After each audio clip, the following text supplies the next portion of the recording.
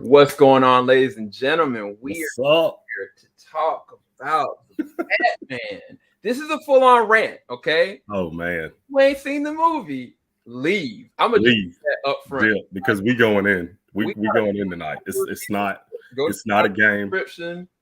Check out our non-spoiler If you review. It's haven't like seen 50 the minutes. movie, if you haven't seen the movie, just go see it. Like right now. Just go see it. Just go see it. It's only 3 hours long. It is 3 hours long and it's excellently paced. It's perfect. There's no filler in between anything. It's the Batman movie. If you want to know my short abridged review, it's a 10. It may be the best Batman narrative adaptation you'll ever see. Yeah, it's an absolute 10. There. So if that helps anybody. Absolute 10. There is some technical difficulties going on. I appreciate all you guys that are in the chat right now. We're streaming this literally on Facebook, on YouTube, on Twitch. We're going to be putting it on Twitter. So Spaces, I know you guys are going to catch this a little late.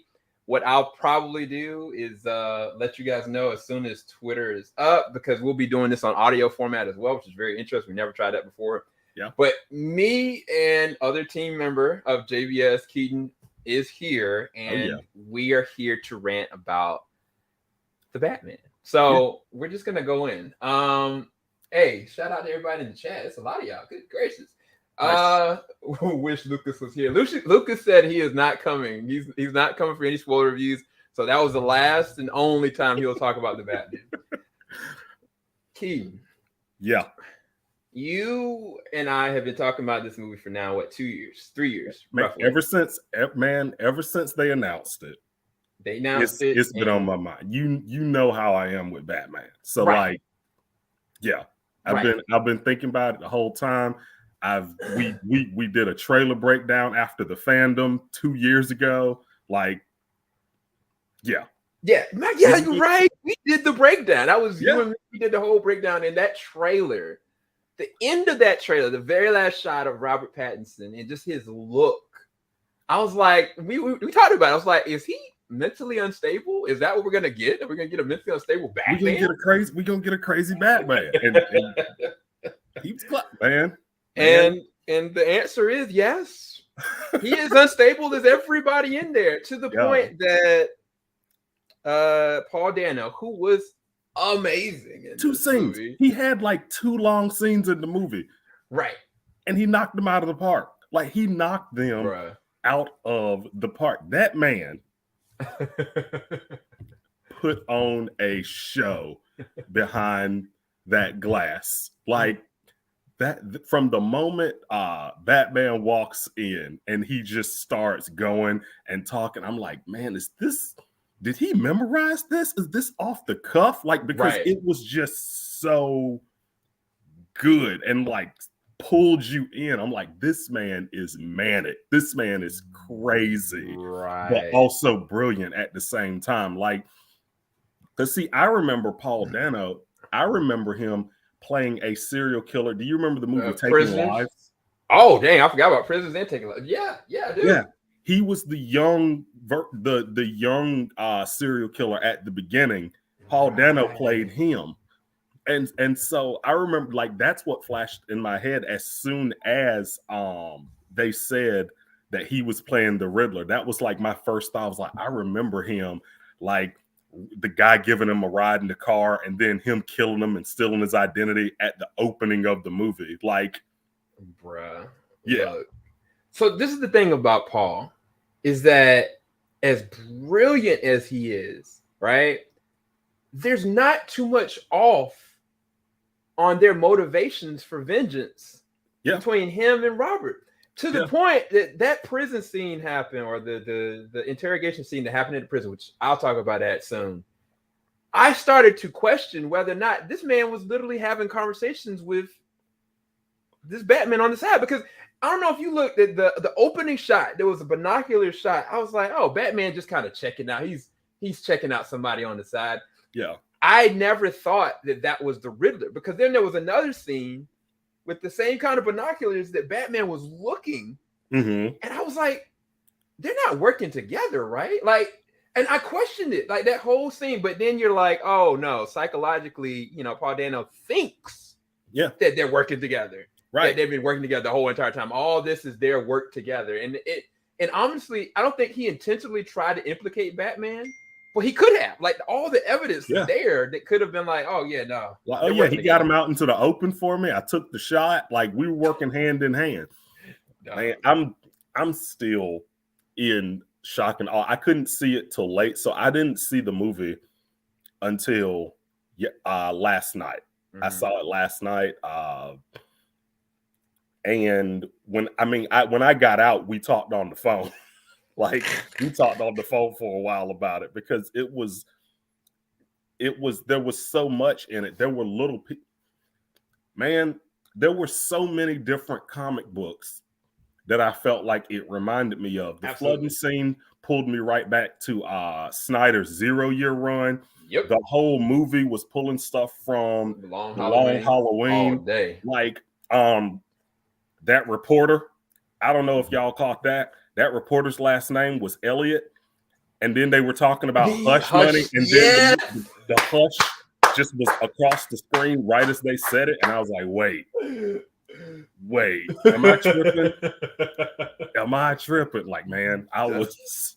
Dog, so this is the other thing. Like, when you're talking about pulling from different comics, like, even just taking... You got Andy Serkis.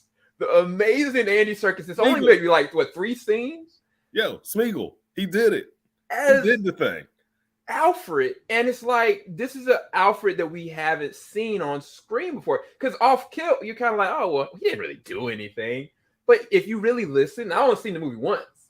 He was like, man, I trained you. Wait, so you helped train this kid?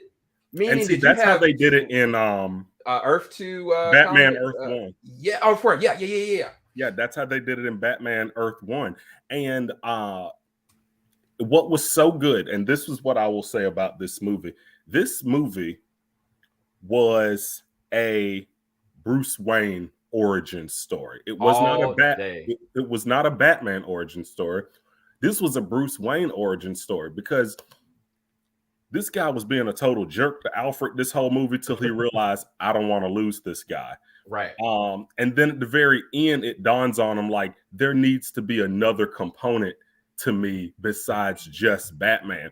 Because what the movie showed was Gotham got this way because Bruce wasn't doing his part with all this money that was left supposed to help the city. Because Bruce wasn't watching what was going on, all the villains used this money and corrupted it. And so it showed like, look, you have a responsibility as Batman, but you also have a responsibility as a billionaire in this city. Like, people call you the Prince of Gotham for a reason. And so, and that's how it ended. So I really think when they do a sequel, we're not going to see the emo Bruce Wayne that we saw in this one. He's going to have that hair slicked back by the second one and be in some nice suits. Like, I really loved how they did that because at the beginning of this movie, you see Bruce and you don't see Bruce. You see Batman. Even when you see Bruce in the movie, he's undercover as Bruce and still Batman. He went to that funeral for a reason because he thought the Riddler might be there. And so that's what I thought was interesting. You didn't really see Bruce Wayne in this movie. Right. You did not see that side of him in this movie because even when he did have the mask off, when he wasn't in the costume, he was just going undercover. Right. Yeah. So hold on. We gotta pause for a second because I finally got the Twitter situation. So what we're gonna do, you guys, we're gonna jump into Twitter Spaces. We're still gonna be talking the same exact way, but me and Keeden are gonna jump in. So Keeden, you go ahead and jump in. I'm jumping in right now. You got the link? Do you need the link? Yeah. Throw me the link real quick. All right. Copy.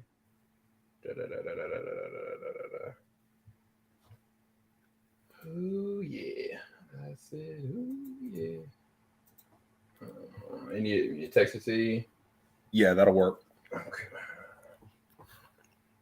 Don't worry, y'all. We got plenty left to go. We got plenty left in the tank. But man,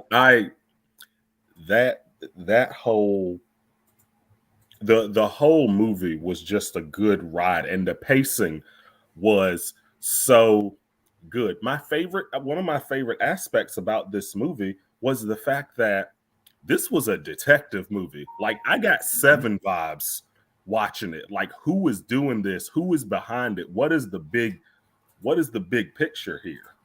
Right. Hold on. You get in?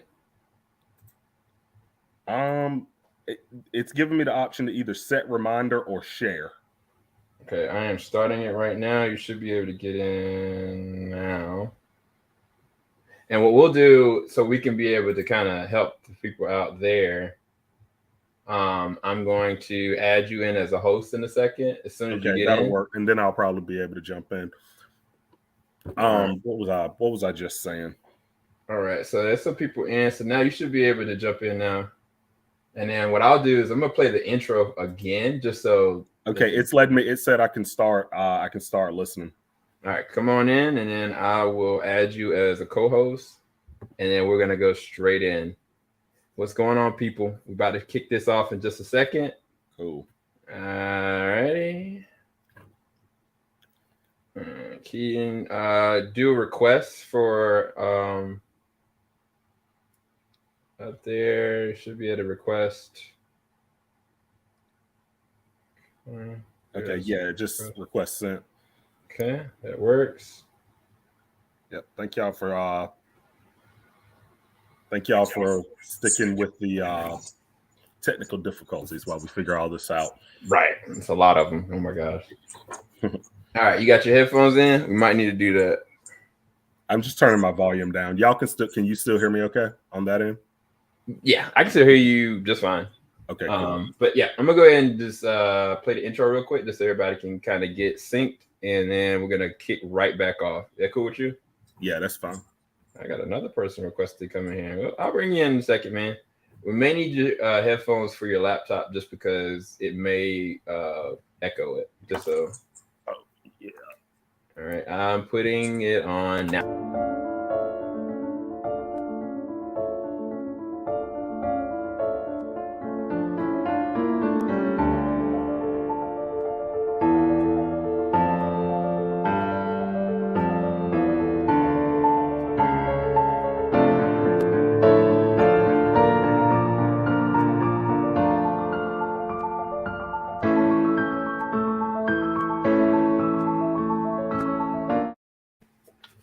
All right, ladies and gentlemen, we are back on both fronts now, and we're just going to go ahead. So just everybody that's right now listen to this on Twitter. I have here my co-host, Keeden. He is a co-speaker and co-member of TeamJVS.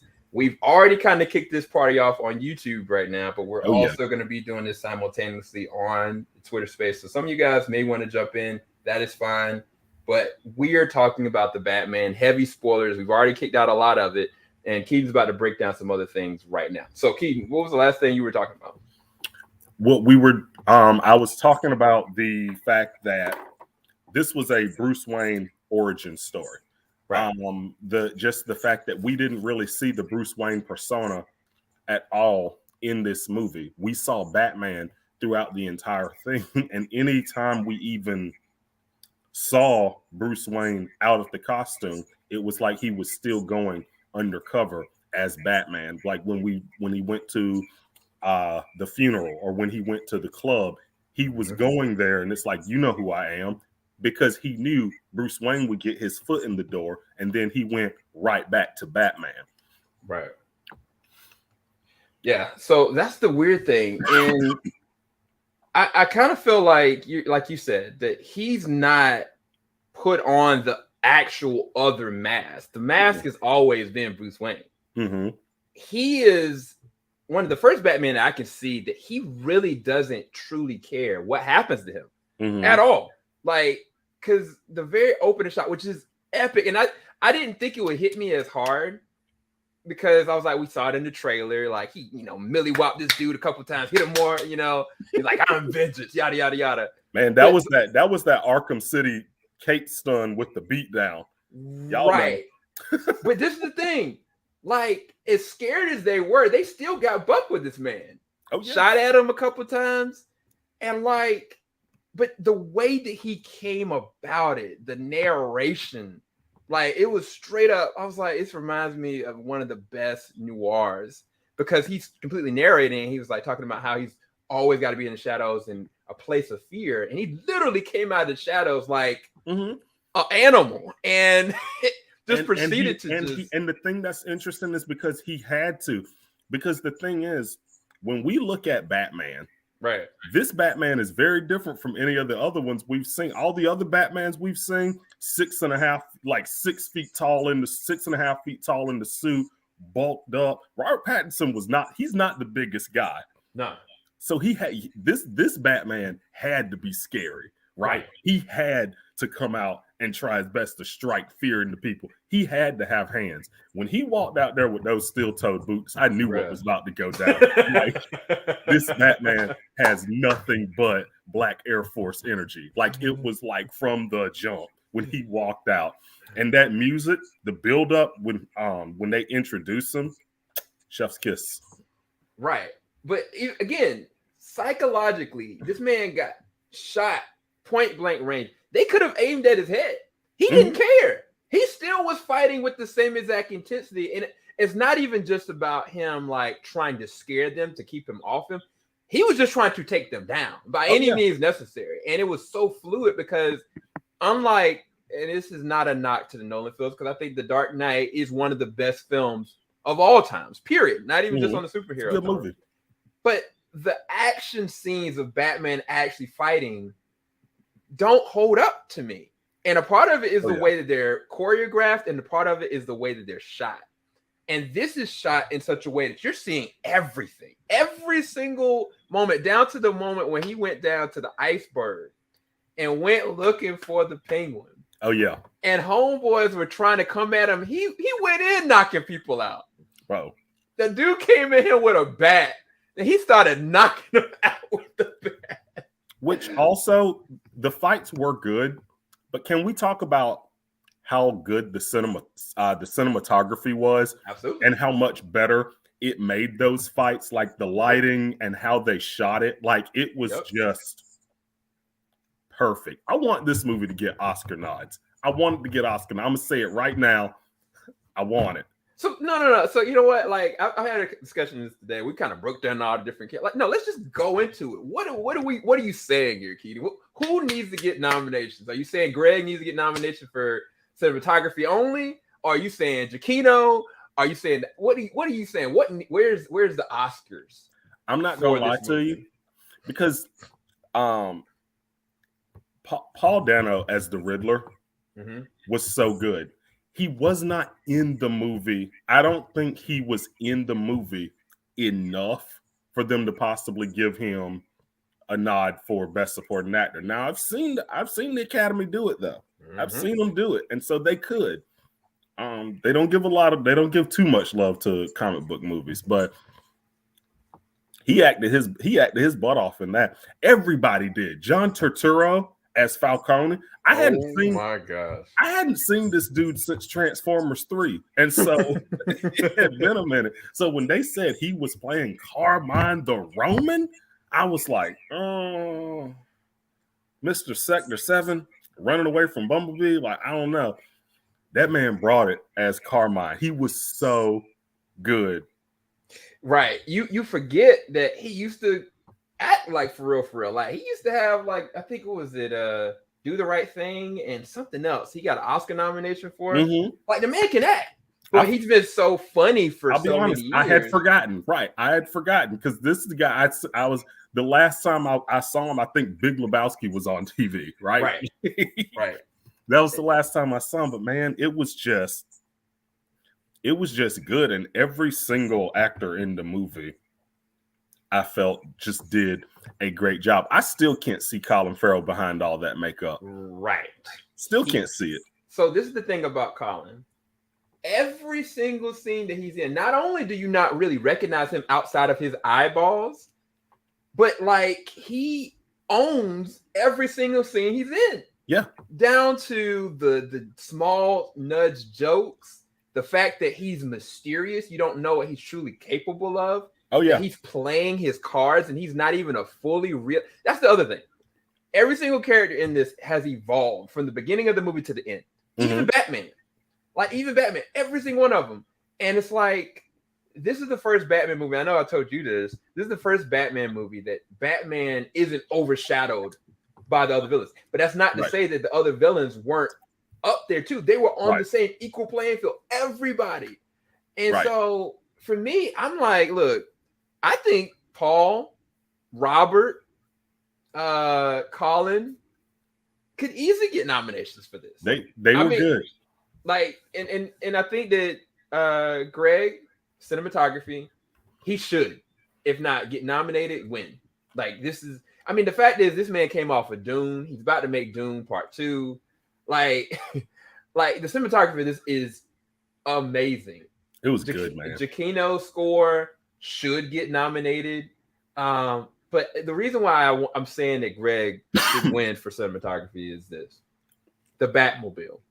Oh, wait, before we move on, Crazy Keys just said something in the chat. We got to give it up for Zoe Kravitz. Oh, heck yes. Like, yes. We gotta. We gotta. I had a whole nother side thing for her later on anyway, because I'm not gonna lie, I was so happy with her portrayal as Selena Kyle. They did it so well. I even like the twist that they did. And y'all in the y'all listening can correct me if I'm wrong. I don't recall her ever being Falcone's daughter in any of the continuities in any of the comic books. I could be wrong. And so that one caught me off guard in the movie when I was watching it. And so I really, really enjoyed that. I enjoyed her whole storyline. And I also really enjoyed how they ended her storyline, where it's like, no, I'm leaving Gotham, because Catwoman's always been that character that kind of does her own thing. Right. And she does. She looks out for the little person, but she definitely looks out for number one. And so I was really glad how they put them together, and then they separated them at the end, because she knew Bruce. Well, she didn't even know he was Bruce. She's like, Batman, you're not going to let this go. I got to get out of here for a little bit. Facts. So this is the thing about Zoe, and it's Michelle Pfeiffer is always going to be one of the best Catwomen ever. Like, she was crazy. Her and Danny DeVito did something that I didn't think at the time that superhero movies could do. Like, they became these villains in such a way that it's just iconic. Both her and Danny DeVito, respectfully. But Zoe, to me, played one of the first real, straight out of the comics versions of Catwoman we've ever gotten. Ever. Because she wasn't just a sidebar. She was with the main narrative from the beginning. She was more close to Batman throughout. And Zoe just killed it, bro. The movie was about her just as much as it was about him. It was, yeah. And so the thing about that is that when it came down to it, and she was really just trying to figure out, like, okay, he was trying to find out who's killing all these people and how he can stop them. But for her, it was like, yo, my friend's gone. I need to know who killed him. Are you going to help me? Yes or no? Are you going to step up? Yes or no? Down to the whole Falcone situation where she was like, hey, Dad. Or that was when she found, when it all was revealed that was her dad. And I think they did pull that from, I can't remember if it was The Long Halloween or not. But the way they did it, the way that they showed him just this smooth criminal that's just behind the curtains doing everything. And her having to deal with the ramifications of him not acknowledging her, but directly kind of acknowledging her. And then the understanding of this. Her best friend was choked out to death, right? Then she revealed to Bruce later on that her mother was choked out. And then you see this man over her. Like, why are you making me do this? Why? My own flesh and blood. I was like, dog, hold on. So you killed her mom. You killed her best friend. Yeah. And because she's collateral damage in front of you, you got to kill you. Like, bruh, like they partnered off so well to make her character so well-rounded. This is the best well-rounded Catwoman that they've done in a long I time. do, because honestly, I agree. I love Pfeiffer's Catwoman, but and I recently just rewatched Batman Returns, right, like a couple days before watching this. When she licks Batman's face, like just straight up, I was just like, this chick is crazy. If she was around today, she would be the red flag meme, right? Like she, like homegirl was off the rocker. But like, yeah, she did such a good job. But like Zoe in this movie was so real, was so real. Like, I'm doing this because I want to find out who killed my best friend, right? Like that was her whole reason for being here. And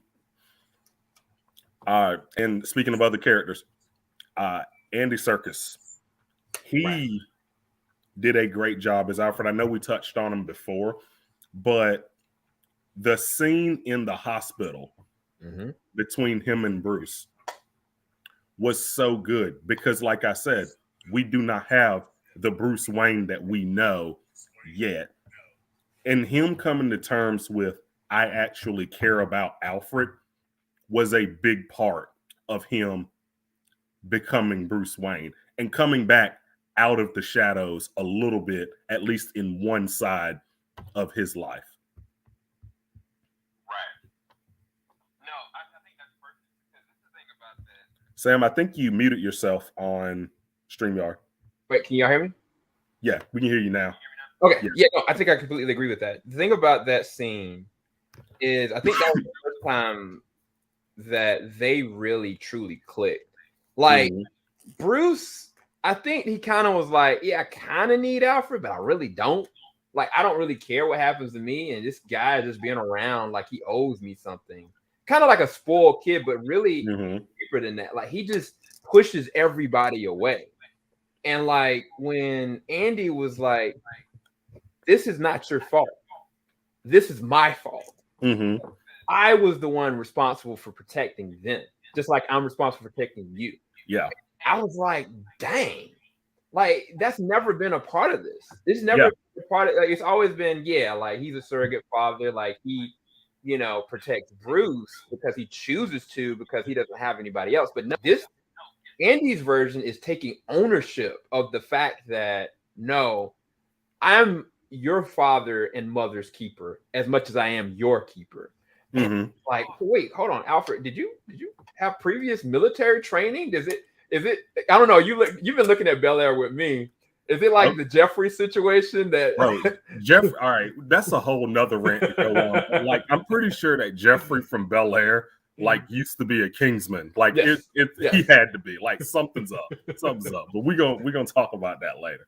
But yeah, like he, like this Alfred definitely probably has that like special forces backstory that he's had in like Batman Earth One, and I think a couple other continuities also. I know Gotham did Alfred like that. And so, yeah, I thought Andy Serkis did a really good job. Jeffrey Wright, Commissioner Gordon. Yes. I really enjoyed him because he felt like the human in this movie, because that is his reactions to everything is exactly what I feel like my reactions would be if I had to be in Gotham City. Like, I walk in a room, I look around, Jesus Christ, like, Mother of God. Like, every time, like, it was so funny because that's how you would react. Because one thing that they really did a good job doing was showing just how corrupt Gotham is. When she put the contact lens camera on and walked in that club, and it's like, oh, there's the district attorney. Oh, there's the guy that runs the bank. Like, they made sure to show that this was the most corrupt city of all time. Like, it was just, there was no hope for it. Like, it was just bad. Like, every single person was there. Like, at one table, I think they're like, oh yeah, that's the Gotham City Council. Like, the whole council. They're just hanging out with Penguin. Like, what? Like, are we kidding right now? And so they did a really good job showing that, because I mean, they've Now, at the end of this movie, they've killed off the commissioner. They've killed off the district attorney. And so we know they're making holes that are eventually going to be filled by Gordon, and hopefully we'll see Harvey Dent. Right. Yeah. So this is the thing about, they call me Peoples. I'm just joking. I had to do it. No, Jeffrey Wright. This was the first time since, honestly, I don't think it's ever been done live action. I think the animated series came the closest. Is that you felt like they were legit partners. Mm-hmm. You know what I'm saying? Like, you got that one part. It's like, take Lethal Weapon. You know what I'm saying? Like, you got one that's the reserved, and then you got the other one that's the hothead crazy person that can do all the things. That is the dynamics of their relationship. But it's just so weird because... And see, well, go ahead. The thing about the Batman that we're getting in this film, like, he is so weird around everybody. He pushes everybody away, and he reacts with everybody completely different, but not Gordon. With Gordon, he really truly trusts him. They work like tooth and nail. It is insane, down to the point when he had got knocked out, and they were all circling around him trying to pull his mask off. And he's ready to get buck with everybody in there. And Gordon had to push him like, yo, chill, dog. Yo, chill, man. Like, what you doing? Chill. Like, none of them got body cams. Like, you got to chill, man. They will shoot you right here. And like, Batman I think he kind of responded like, oh, yeah, you too, Gordon. He's like, bro, I got to get your cuffs off, man. Chill. Like, and he was like, he kind of smirked a little bit. But I just love their relationship. And Jeffrey Wright, first off, he's one of the best actors, period. He's great. Like, he is an amazing, but he knows how to, what's the word? He knows how to play the role. He knows how to kind of do the assignment. And his assignment was perfectly lit for this, because you're right. He's the human in this. And the other thing about the whole thing with Paul in this movie as the Riddler, he was a killer. He was a serial killer. Like, I mean, it's kind of like you're looking at like Seven or the Zodiac, like one or the other, pick and choose, because all throughout, like, there's a lot of death in this. I got heavy Zodiac vibes. Like, it makes this movie, to me, one of the first comic book thrillers, because like, this was borderline on the rated R, because I mean, they didn't show a lot, but they did at the same time. Yeah. And like the way he was killing people, like even his opening, he was just he showed up behind old boy in his house, and you're like, oh, that was scary. Like it was terrifying. Was scary. I was like, wait a minute, did someone else get to make the Batman entrance in a Batman movie? Like, what is this? What is happening right now? Right. And so because you're in a world with a character like this, and then somebody like Batman that's literally lurking in the shadows, what are the lines here? Like, how do you gauge how much is too far? Like, you have to have a level of ethics and trust. The fact that Jeffrey Wright's version would trust somebody is off mentally as the Batman. Because it's kind of like, yeah, you're a great detective. You know, you're trying to do good. But at what point are you going to cross the line? And the reason why I bring that up is the scene where at the end, the third act, and we got to talk about that whole explosion situation a little bit, but the third act, when, you know, Catwoman kind of showed up helping him out, like he kind of passes out and he sees her kind of cornered, about to get killed effectively. And when he pulled out the adrenaline, he shot himself with that adrenaline, bro. And he came at that man with everything he had. And like, if you look at the expression on Catwoman and you look at the expression on Gordon, they were looking like, I think he's about to cross that line. And I was too. I was like, bro, like, I don't know. They look terrified. That was the first time the whole movie. Like they were just kind of looking like, so should we stop him? Like, I don't. he got to chill. Right. But some of the things you touched on, as far as Gordon and Batman's relationship, what I thought made this movie so interesting was it wasn't Batman year one. It was Batman year two. Right. right? So there are a couple things that have already been established.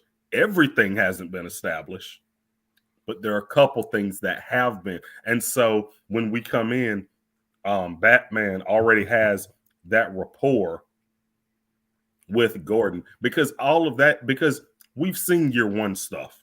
Right. Batman Begins did year one pretty well. They did it pretty well. Like, meeting Gordon, here's a Batmobile, blah, blah, blah. They did it pretty well. This one, year two, we're coming in, and what we're trying to look for is what they did different. And so one of the things that I really liked was they didn't put Wayne Manor out in the middle of nowhere. Right.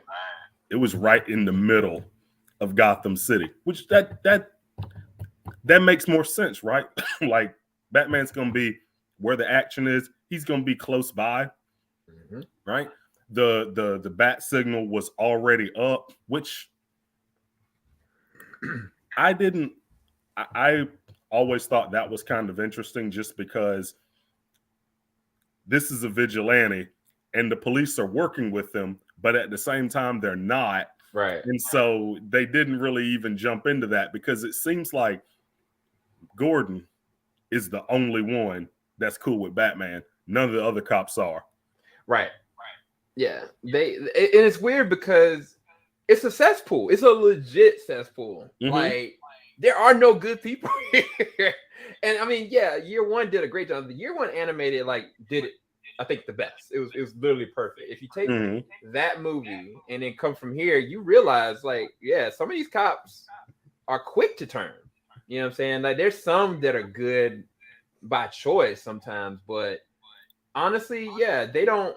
Not only do they are afraid of him because they got dirt on him, or they got dirt on themselves, but they also don't know if they can trust him, which is justified. I mean, it's a man literally in a bat suit. Like, I mean, why would you? Like, it's a crazy, deranged person that is doing these things. So, yeah, it made for a really interesting change because that whole scene when he was with the cops, I was kind of like, is he going to cross the line and try to, I didn't know what he was really going to do. I think that's the thing about it. Put hands on all the police. That's the thing. Like, the thing about this version of the Batman, he's the most unpredictable Batman that we've ever had.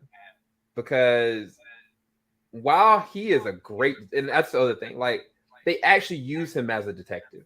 He's narrating the story. He's trying to progressively find out things. He's not. I love how they did him narrating his voiceovers. I loved how they did that, especially in the opening before you ever even see him in the suit, and he's just like riding around on the motorcycle, just kind of looking.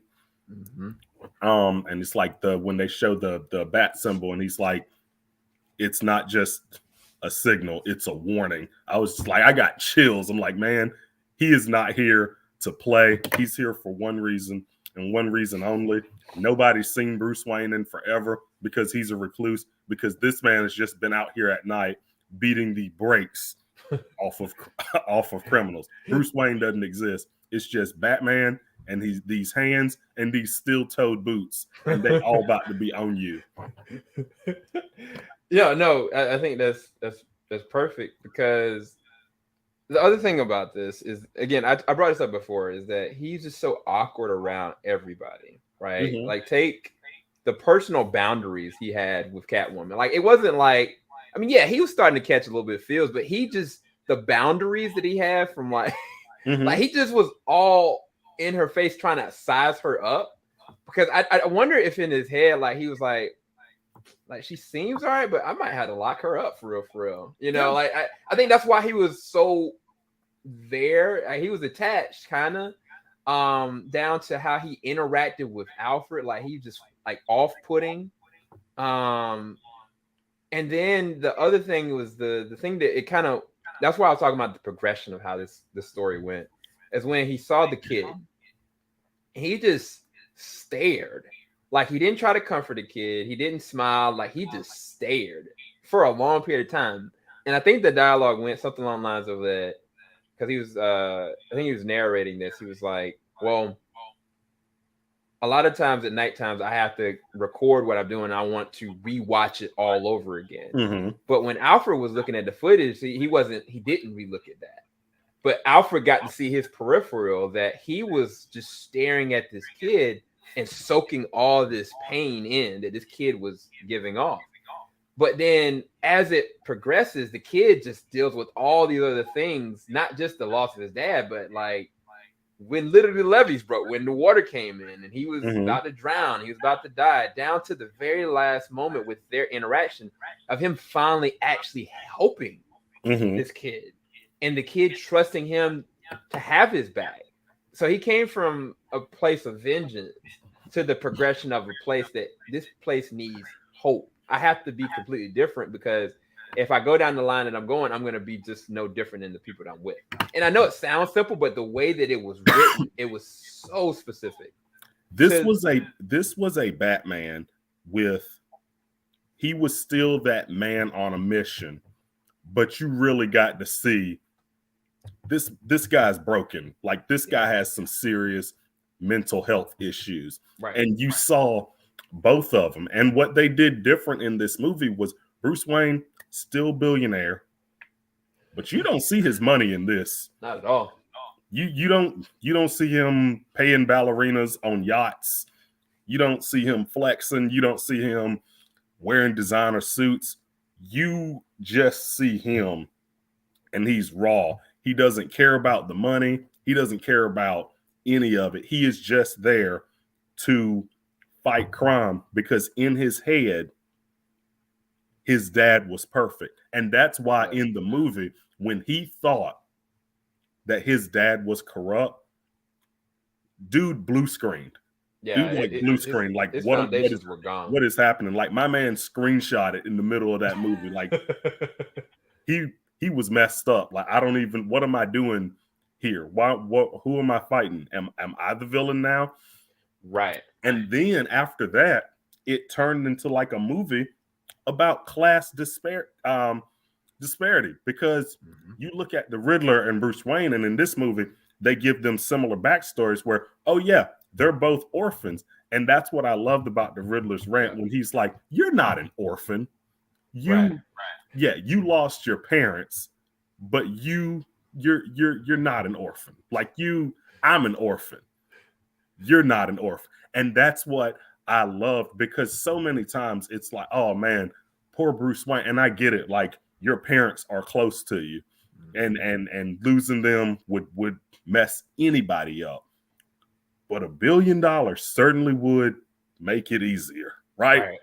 You don't got to go back to work, right? You don't, they're different. They're definitely different. And they touched on things that we hadn't seen before. We hadn't seen, like, we hadn't seen somebody that was like almost the yin and, like, the dynamic that they had together. Man, I'm ranting. I done woke my 2-year-old up.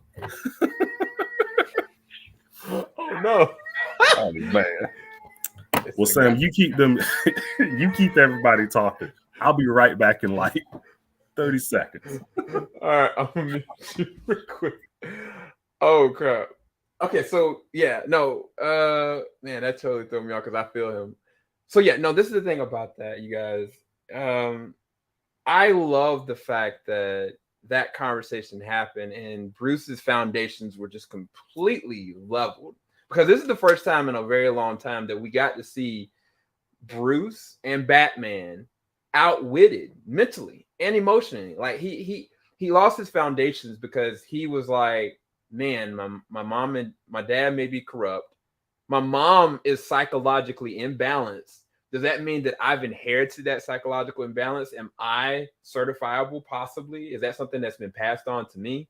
I have been feeling as though this whole entire time I've been doing the right thing, but I've encouraged a man that's saying that I became the Riddler because I saw what you were doing, and I feel like this is the next progression of it. And you encouraged me. You've been talking to me this entire time. You speaking to me. And it's like that whole dissection of their back and forth, yin and yang, like Keeden was saying, is apparent. And I think I give that credit to Matt because Matt wrote this. I think it took 3 or 4 years to write this. And he just went full on. Like he did not hold back at all. But when Keeden comes back, oh, he's back. Okay. I'm gonna unmute him real quick. I already kind of broke it down for them. I knew the direction you were going with it. So, Keeden, this is the other thing I was going to ask you about because we talked about, and I know we're going all over the place, but this is a rant. We're having fun with this.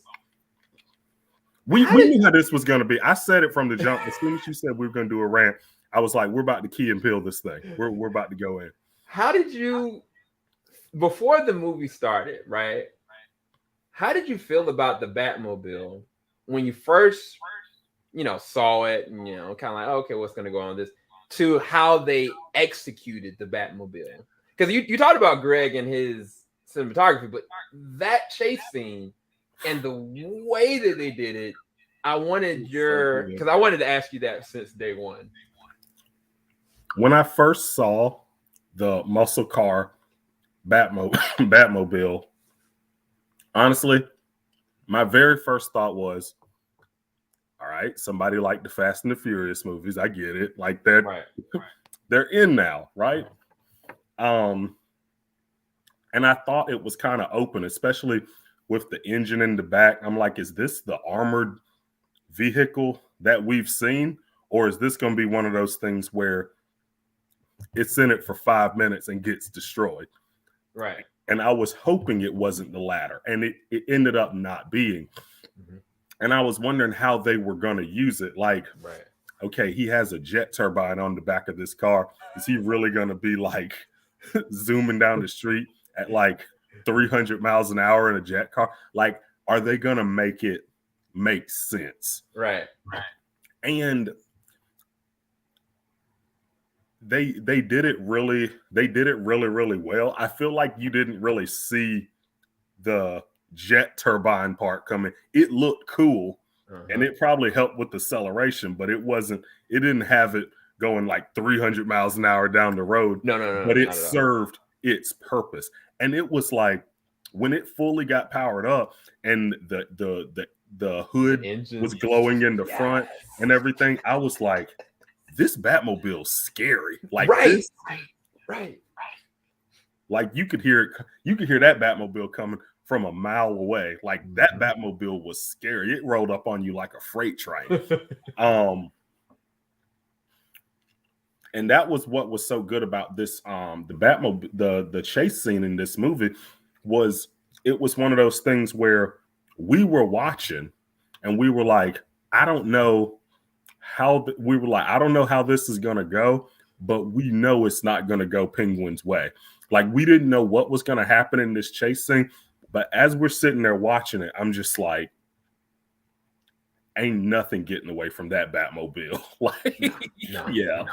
When he's like shooting a machine gun at it and the windshield's just eating it and Batman just chills, he's just chilling. He just kind of looks while he's driving. He's just like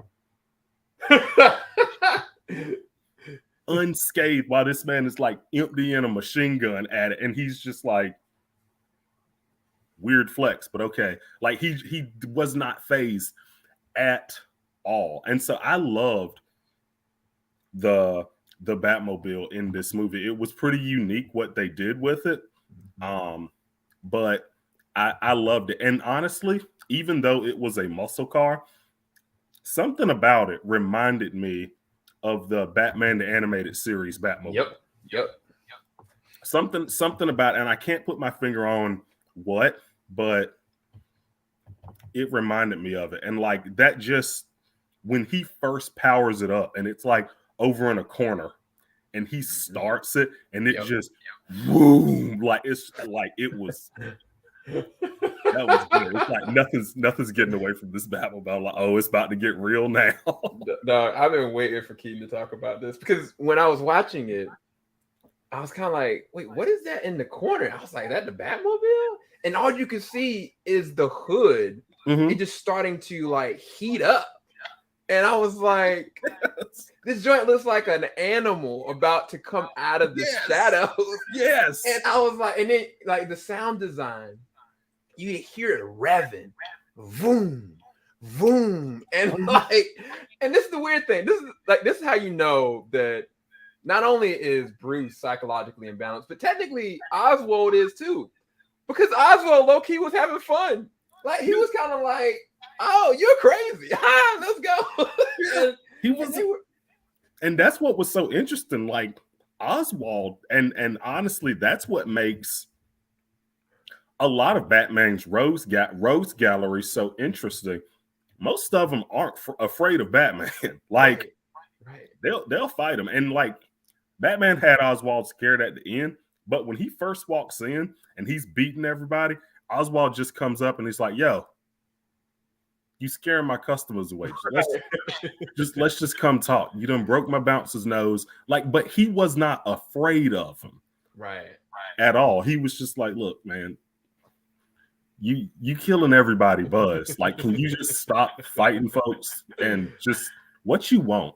Like that, and that was basically the gist. And but yeah, going back to that Batmobile, like it was a force of nature, right? In this, and the thing, and what made it interesting was it was still just a car. Like, I'm not gonna lie, I like the Tumbler in Batman Begins. I love the Tumbler, but when we saw it, we knew exactly what it was gonna do. It was a tank.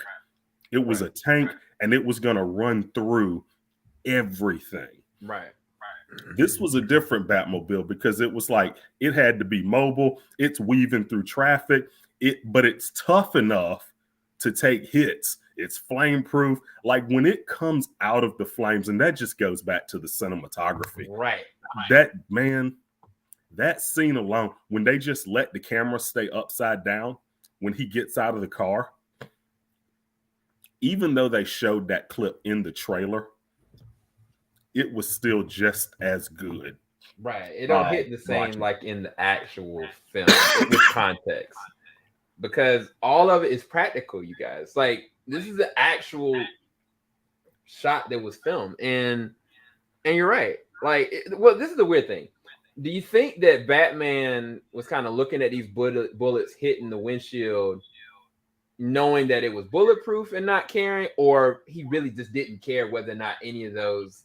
Because this is the weird thing. Me personally, I think, of course, he reinforced it, but I don't think he really cared. The whole entire movie, the only thing that he was afraid of, ultimately, was something happening to Alfred. And he said that. He straight up said it at the beginning of the movie when his first interaction with Alfred.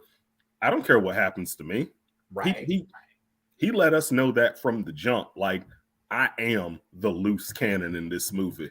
I don't feel like I have anything to lose. I'm gonna just keep fighting people till I end up getting killed by somebody, and I don't care. Yeah, and so that was I think he knew that the Batmobile could just eat those bullets. But either way, I love the way they did it. I didn't think I would like it, but I ended up actually really, really liking it. I'm probably going to end up spending like $100 on that Lego Technic kit, because that was a cool Batmobile. That was a cool Batmobile. Just the sound of it, just the roar and the lighting that came off of it. It was so well done. But you bring up an interesting point. This was not an unnecessary Bat Gadget movie. Everything he did was functional. Even like I thought it was really funny when he was on the roof trying to escape and and came out with the squirrel suit. Yep. Because let's be honest, if it was any other movie, it would be some elaborate thing with crazy bat wings and a jetpack and all of this. He was just like, nope, squirrel suit Batman. I'm out. And then when he hit that bus, I was like, now we're in a movie, because real life roll credits. No more Batman. That's it. Here lies Batman next to this manhole. It's over. Dude, that man, and this is the thing. I think that goes back to him being like a year 2 Batman. Like he knew that was the only way for him to get out, but I don't know if he knew whether or not he was going to survive it.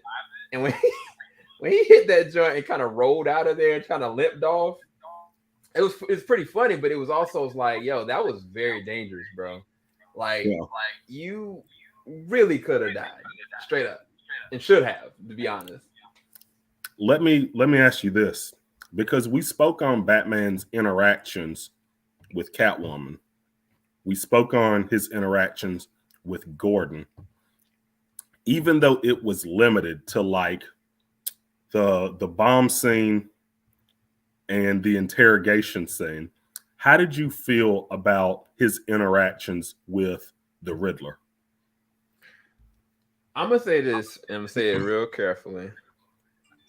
The scene with the Riddler and Batman with the interrogation is probably one of the best live action Batman scenes they've ever done. And I'll tell you guys why. The reality is that this whole entire movie, the Riddler has been one step ahead of him. And at the moment that the Riddler said, dude, we've been talking this whole entire time. Like, I look up to you. I idolize you. We've been talking this whole entire time. Batman psychologically was like, wait, what? Because he was already like, he already knew, one, he knew that he was Bruce Wayne. He knew all his dirt. He knew he targeted him because he targeted Alfred. Well, he targeted him, but he was like, yeah, I kind of meant it for you, but I didn't think you were going to die from it. And like, he was just foundationally broken. But the moment that he realized that he had missed something and that everything was going to be just torn to shreds, possibly, and Riddler was like, man, I thought you were smarter than this, man. And it was just the way that they went back, like Saul's performance and Robert's reaction. Robert, the thing about Robert, he's doing so much acting in the cow. Like just this side of like, there's nothing else. But just his eyes. With just his eyes. That's it. He's doing it with just his eyes. Like they played off each other so well that I was like, this version of the Riddler may be one of the best villains that they've done live action for the DC. Like it's just insane how well they sculpted it, because the Riddler is supposed to be fundamentally smarter than Batman, but he always trips himself up. That's always how it's been. But in this movie, not only was he smarter than Bruce, but he had already broken Bruce completely. Like Bruce was broken down at that current time. And it goes back to that scene that I'll never forget when he kind of went to the house or went to the apartment and looked and found it with the other cop or whatever. He looks out the window and he sees these bombs going off on this city that he's trying to protect. And he's like, oh my God. He's like, call the police.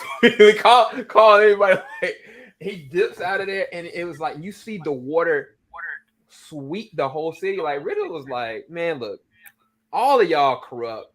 We need to just start Gotham fresh. Like, just wipe everybody.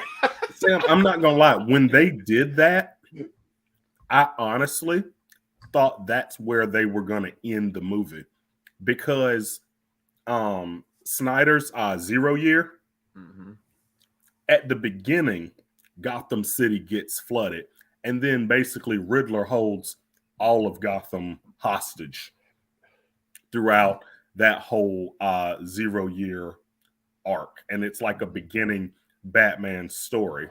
And he has to like use all of these, like he has to be very, very conventional because he doesn't have access to all the stuff he normally does. But yeah, here's another question. And I need to watch it again. And this just is a credit to how good that scene was shot. I could not tell if he knew Bruce was Batman or if he didn't.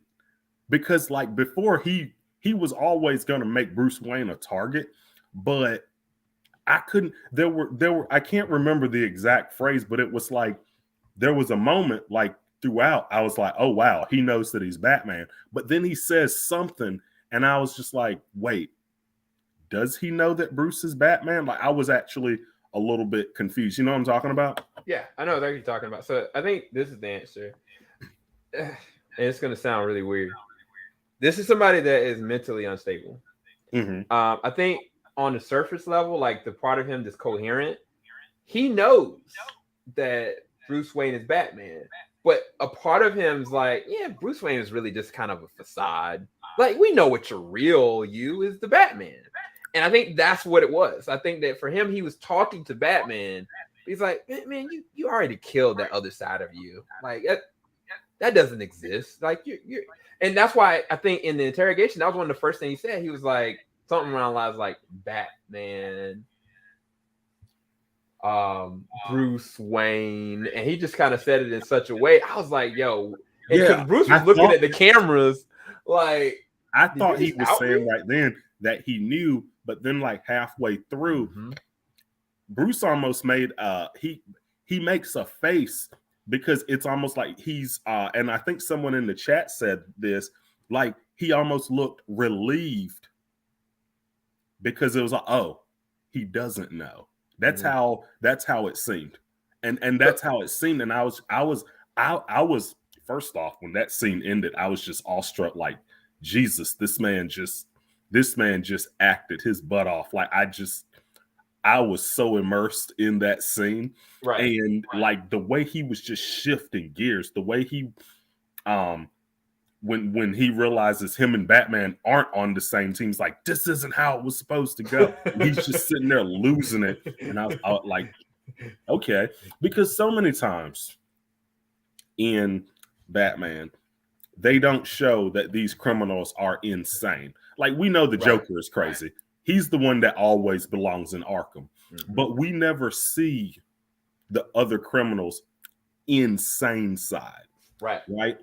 Like, even like Cillian Murphy's Scarecrow, it was like, oh, he just wants to scare people. And he doesn't belong in Arkham Asylum until he gets hit with his own stuff. But he was crazy before he got hit with his own fear toxin, right? Right.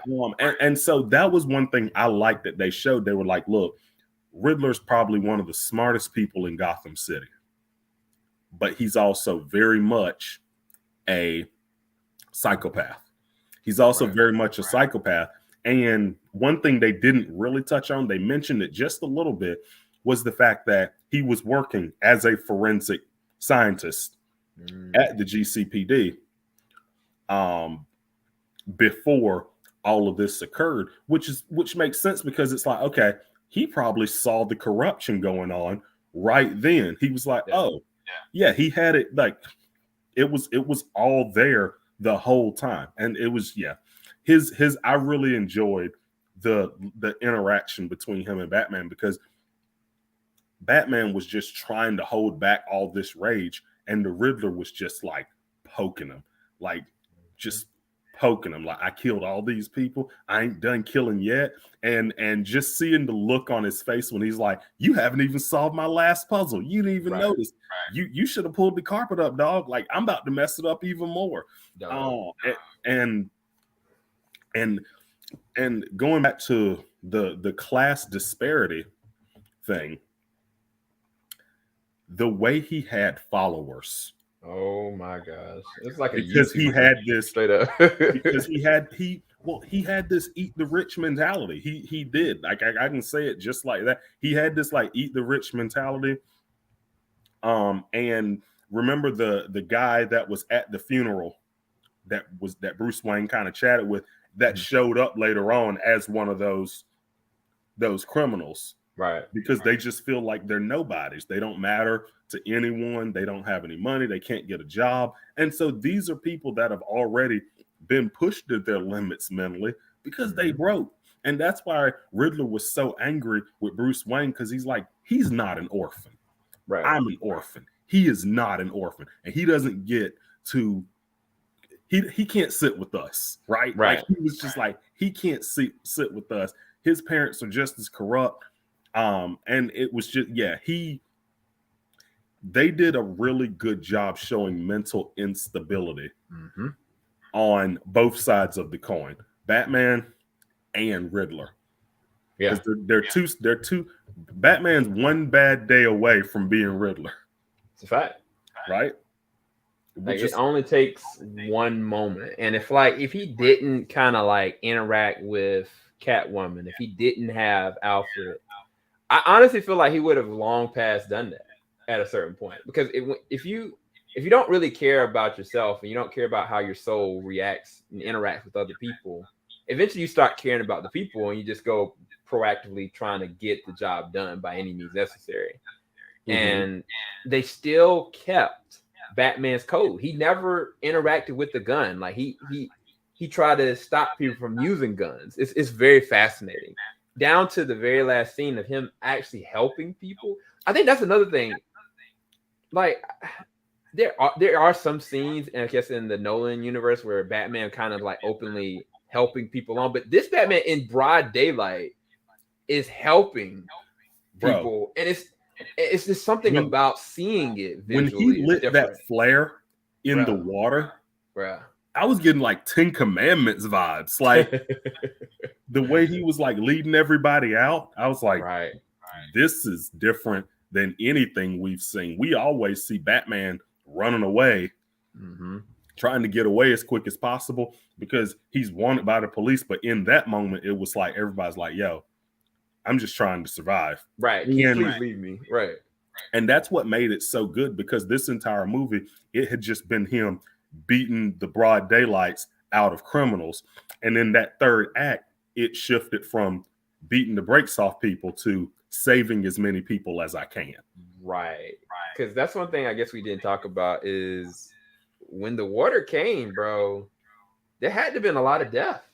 Like they didn't talk about, like, I guess, casualty numbers, and a lot of people be having issues with the Man of Steel because a lot of death. But honestly, man, them streets, bro, like it had to have been a lot of death, bro.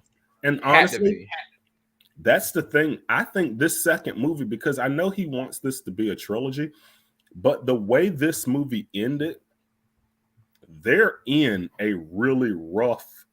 Gotham's in a really rough place right now. And that was what I was going to ask you. I don't know if you ever read Batman No Man's Land. I know. That's where you're going with that. Exactly. And I'm wondering if that's where they're headed, because at the end of this movie, they introduce who is probably going to end up being the Joker. Yep. They introduce him at the end. And on top of that, they move Ozzy from 2 to 1.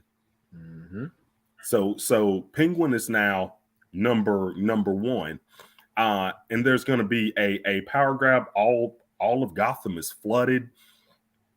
I'm wondering if this movie is going to pick up where this second movie is going to pick up right. Excuse me. Is going to pick up right where this first one left off, because the city is flooded. Like that happened. That completely happened. And so I'm wondering what they're gonna do next, because they were able to save the mayor, and she seems like a good person, which good people don't last long in Gotham. Not at all. It's been real. Like, nice to meet you. She gonna be corrupted or possibly killed. Absolutely. Just they gonna blow up. Sorry. Like sorry, it's been real. You can't be good. Like either that, or like it's gonna be in this next movie, they're gonna be doing everything they can to clean up Gotham. And what's interesting about this now is it's not gonna be mob centric, because Maroni's gone, Falcone's gone, and so the who's left is going to be these new criminals. I really hope they bring in Scarface and the ventriloquist. I hope that's who they bring in, because it would be really fun to see. And plus, him running like his gang against Penguin and Batman being in the middle of it, I think it'd be a lot of fun. Yeah, it's so funny, because I think it would be visually and interesting if they brought in kind of a Mr. Freeze in this situation, because Gotham is covered in water, like, and you bring in like a Mr. Freeze into the fray. It makes for something really fascinating. That I think that Matt Reeves, his approach with characters I think that he would really go for it. But in terms of what you were saying, and just how the city is in disarray, I really don't know because again, there is no one really left. It's really Batman there that's now looked at as the symbol of hope, literally, and just the criminals. And I think that I read a article in Variety. Matt Reeves was talking about how your boy Barry from Eternals, and if you ever seen the killing of a I forgot what name it was now, but I'm too late. He's a great actor. Like he's a very phenomenal actor, but Matt didn't want to necessarily put him in this movie at all. He was gonna leave it at the cutting room floor because he shot two different scenes. One scene where there was actually an interaction with Batman and that character, and basically what he said it was that yes, this is the Joker, but he's not fully the Joker yet. He's got a deformity where he cannot not smile. Like his face is like deformed and he can't drop his smile. Okay. But he's a serial killer. Like he's actually a serial killer already. Okay. But he's in Arkham, meaning what they could do, they could introduce a Harleen Quinzel that's trying to reform these patients and whatnot.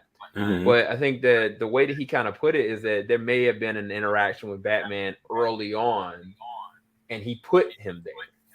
But his intention wasn't to put him in there initially. The only reason why he put him in there, he said this, is that when Zoe, Catwoman, and Robert's Batman kind of divide, if you really think about it, why wouldn't he just leave? Like he understands, there's a different way of doing this. I can probably find a peace and still be able to recoup a lot of my humanity. But if there's still impending doom, there's still things coming down the pipeline, like a Joker, like other villains, then he can't leave. Like it's not just as simple as just leaving Riddler and locked up. Like there's more coming. And that's the reason why he left it in there. It wasn't so much to say that the Joker's going to be the next villain in the sequel. That's not what he wants. He just wanted to make sure everybody knew, like, no, this is not over with. And there's an absolute need for Batman to be here. And that was the reason why he kind of did that scene, which I appreciate. And what's also interesting about this, I'm interested in seeing what direction they will go to keep it. And oh man, Ronan just said the same thing I was about to say in the chat. In order to keep it as a detective movie, it has to be villains that we can't figure out. Right. So one thing Ronan Unchained mentioned, the Court of Owls, right? A huge mystery. Hush, that would be a huge mystery. Someone for Batman to figure out. Or they could go the route of Batman Eternal, where Batman is like going from villain to villain, overlooking the simplest answer.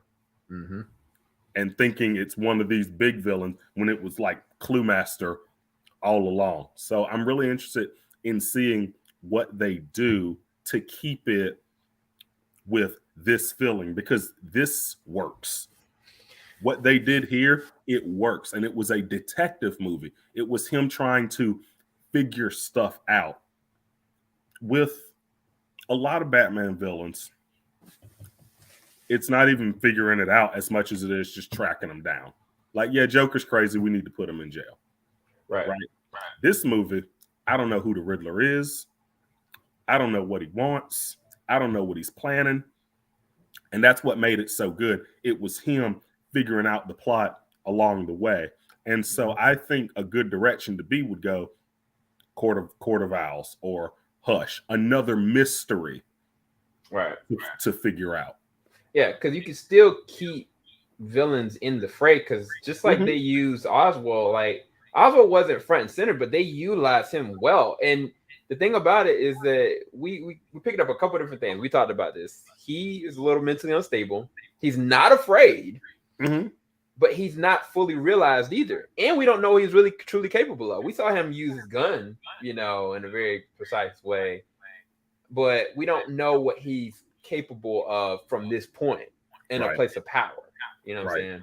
And I think that goes for every single character. Like even with Zoe, like we know now from this incarnation that she's connected to Carmine.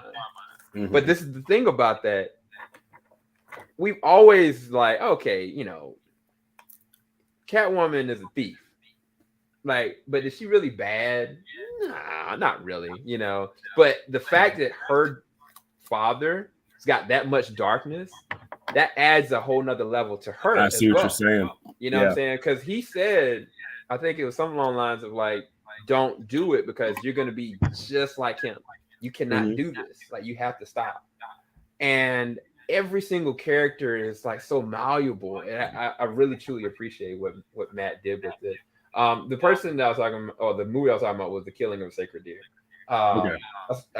Like, Barry is literally a psycho in that movie, and he Okay. does such a good job.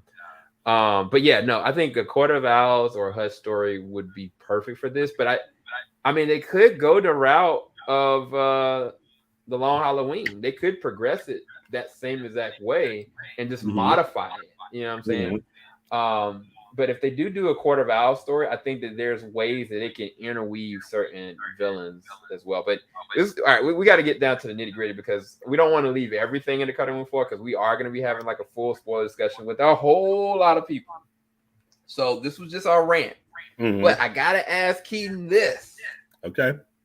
Because he knows, what was one of my first movies I've ever seen. One of my favorite movies. Of course, is Batman 1989. But where does this movie stack up for you? Where is this rank? This one. So Dang. I will be completely honest. As far as Batman movies go, Batman, focused on Batman, about Batman, not about the villains, about Batman. Right. This was a Batman movie. We were in his head. He was narrating. He was doing the detective work. This was a Batman movie. It wasn't Superman over there doing something or Wonder Woman doing something on the side. It wasn't, man, Heath Ledger can really act and Christian Bale's just mad. This was a Batman movie. Like, it was just, there wasn't anything funny or quirky about it. It was like dark.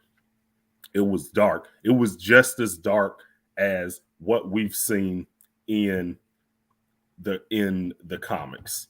And just the portrayal of Batman and the portrayal of all the characters in this movie and the dialogue, all of it was great. And the reason I say that is because, like we said, The Dark Knight is a great movie. I'm not denying that. I don't think anyone can deny The Dark Knight is a great movie. But at the same time, you have the Joker saying, do I really look like a guy with a plan? And it's like, I mean, kind of. You sewed that guy up with the bomb inside him. I'm pretty sure you planned that, right? And so those movies are in their own world. For right now, this was the best Batman movie I have ever seen. I love Michael Keaton Batman.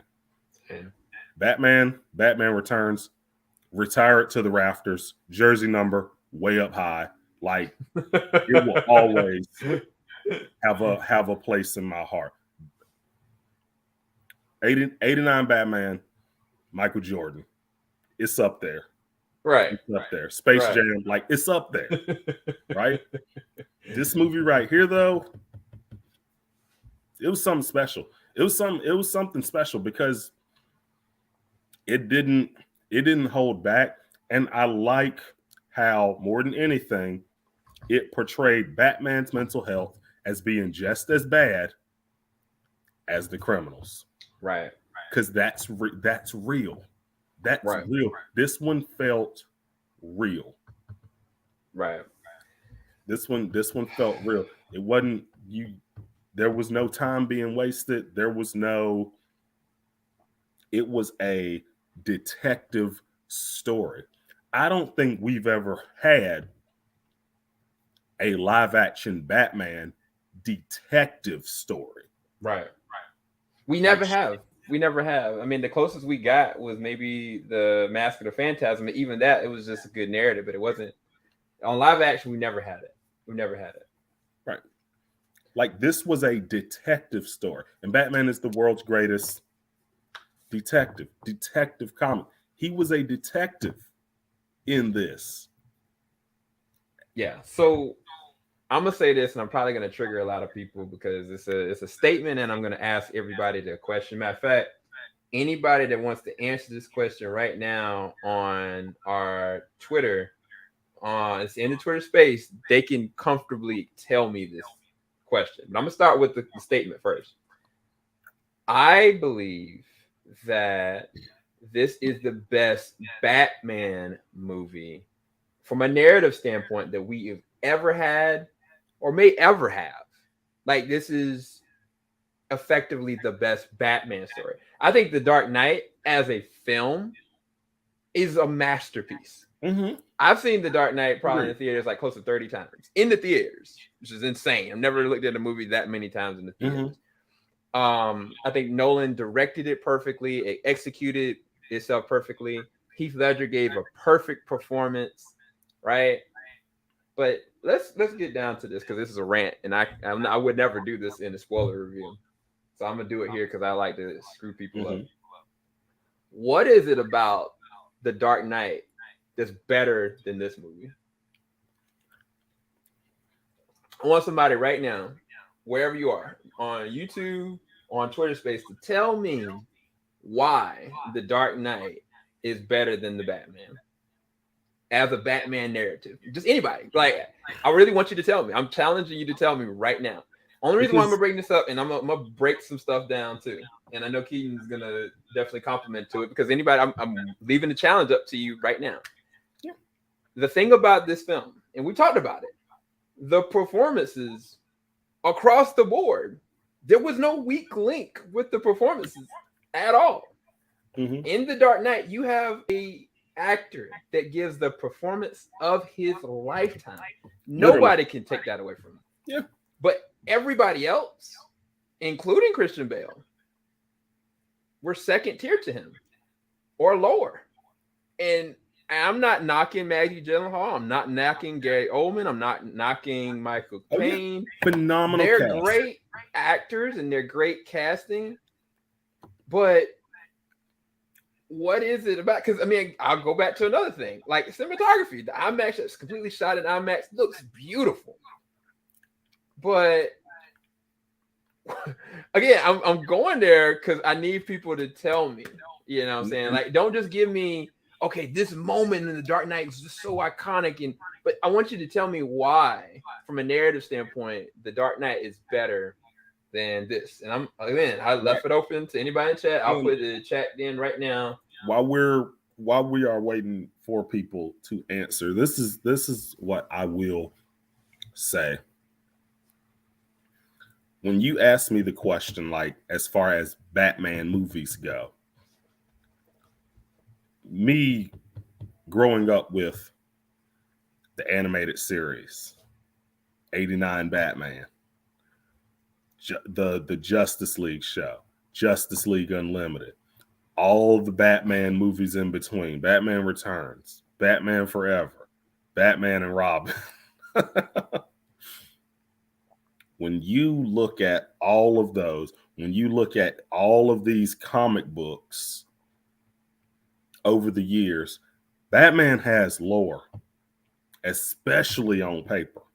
In the comic books, Batman is a set person. If nobody in the world can figure something out, Batman can. And he has a plan, right? He was a detective in this movie. In this movie, he was everything that the comic books say Batman is. And the thing, and like I said, The Dark Knight is a perfect movie. I'm not sitting here saying it's a bad movie in any way. But like, Batman chasing after Rachel Dawes, half that movie. Am I lying though? I mean, you're not. Yeah, chasing after Rachel Dawes half the movie and like being jealous of Harvey Dent. Like it was a good story. It did not feel like Batman, right? This felt like someone sat down and said, I'm going to tell my favorite Batman story that I can come up with. This felt like something a fan made. Mm-hmm. Nolan's trilogy is beautiful. It is. It's beautiful. It's a masterpiece. The spectacle is wonderful. But when you bring it all down to it, those are good movies. But there's something about them, and I can't really touch on what it is. I don't feel when I watch that trilogy, I don't feel like I do when I'm reading the comics. Right. When I watch this movie, I felt like I could be turning pages in a comic book. Right. I felt like I could be turning pages in a novel, a detective story. This just felt like this was just such a good story of Batman hunting down a criminal that he's trying to just get to stop. Right. Joker's gonna be Joker. He's just gonna blow people up all day. And you thought the bomb was there? It was actually 3 places all along. Ha, everybody's dead. Mm-hmm. Joker's gonna Joker. They did something different in this because they did Riddler the right way. He wasn't. No disrespect to Jim Carrey. I mean, I watched that movie. I do, but they did Riddler right. And they did it so dark. Mm-hmm. And so yeah, as far as Batman movies go, this is the new one to tackle. This is the new one to tackle. So again, I'm not disparaging anybody's comments. I'm reading some of you guys' comment. I'm challenging somebody to literally vocally say it. I think that Ronan's about to show up in here in a second and give his input. A lot of you guys have been saying Joker, Joker, Joker, and this is what I'll do. I add another caveat to this. If you remove the Joker, right? Say you remove the Joker and Heath Ledger's performance from it.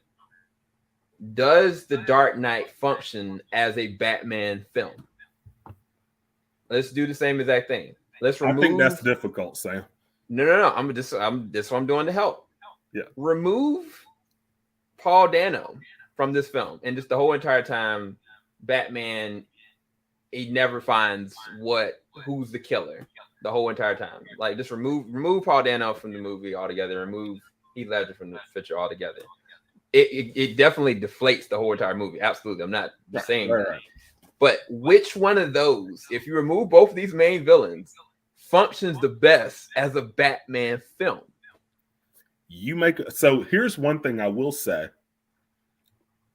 And I've said this in the dozens of reviews me and you have done together. Yep. I have always said, if you stick the villain, you stick the landing. Especially in a comic book movie. You stick the villain, you stick the landing. What I'll say about this is one thing that was so different about this movie was I felt like it was just as much about Batman as the villain. Normally in these movies, it's more about the villain, and hopefully the hero can stop him, but it's more about the villain. In this, you got in Batman's head. Mm-hmm. That's what made it different. Ooh. The Dark Knight movies, it's all about Joker. And we cannot sit here and sell Aaron Eckhart short. Two-Face was phenomenal. It was in that movie. But these movies are more about the villains. This movie was more about Batman. Mm-hmm. Than it was about Riddler. And so that's why I have to say this is the best Batman movie. Right. Whew. Oh, what's going on? So everybody, this is Ronin Unchained. Definitely go and check him out on YouTube. I wish I had known he was coming in. I would have put him in the description. But what's going on, dude? Can you What's up, man? Your rating of this movie, and then prove to us your thoughts? Because I think you said that The Dark Knight is your number one. I put a very big point to say what I said, and that's not. I know taking away those two villains from both movies deflates the movie completely. I'm not knocking that, but I said that to say what is the best Batman film, and that was the reason why I brought it up. But first, go ahead and what are your thoughts of the Batman? What is your rating on the Batman? And then you can go ahead into the question. And you can stay here. Well, first of all, thanks for having me. I see a couple people in the chat, so it's nice to see them as well. This, and I'll say this I've only seen it once. I'm planning on seeing it at least 2 more times just to see how I would grow on me. But as a first time showing, it swung for the fences, and the ball didn't just, it was a home run. It hit the outfield, it went out to the parking lot, and then it went to someone else's stadium and be like, this is how you shoot a home run. To me, I think the film is it's weird to say. I think it's a 5 out of 5 or a 10 out of 10 for me. I think that, yes, it's 3 hours long. I could handle a 3-hour long movie if the pacing is good and I'm willing to stay in the atmosphere or scene that long. I understand people saying that it should have been 2:30 or 2:45 at max. I get what they're saying because they want it tight and whatnot. And it's like, and I always tell people, if you could manage Titanic, if you could manage a Transformer movie, if you could manage the Avengers movies, you can manage this one. Like if you've built your glute or your legs to sit down that long, you could do that for this movie, and especially from just even a technical point of view. You should at least try for that. And I felt that, much like Blade Runner 2049, I was willing to stay in each scene, whether it be the ice lounge, which I was like, I can't believe they did that. Like that was to me, I just got giddy. I'm like, ooh, that's teasing stuff. You're right. They were not afraid. They weren't afraid to give us Gotham City. Like they weren't afraid to show the corruption. I think you put it perfectly when you said they swung for the fences. They went all out for all of these characters. They didn't sell anything short. It was like, look, the Riddler, yeah, this man's crazy.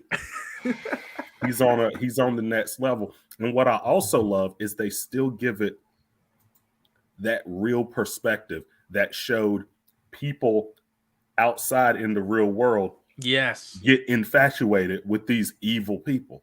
Right. Yes. Like how many documentaries have we seen now where people were obsessed with like Ted Bundy and like all Dahmer. of these serial killers. Yeah, they're just obsessed with them, almost in love with them and infatuated. And I love that they did that in here, because that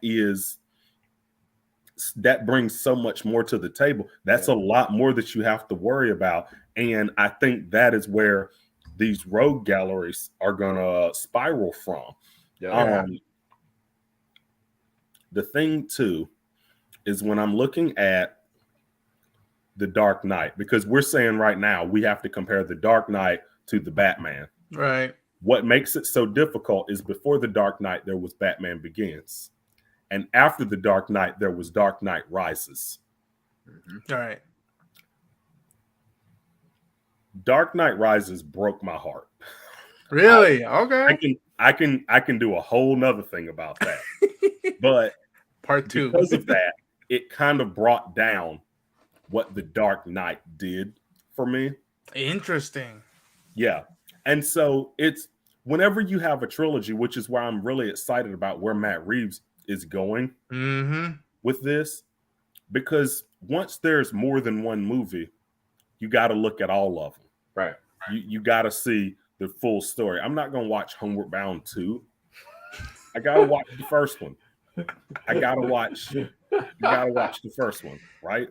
That's fascinating, man. Because I mean, you say that, and to me, Kingdom of the Crystal Skull, although it's not great, I saw it in the movie theater, and that was my first Indiana Jones movie that I saw in a theater. So it's a special thing for me.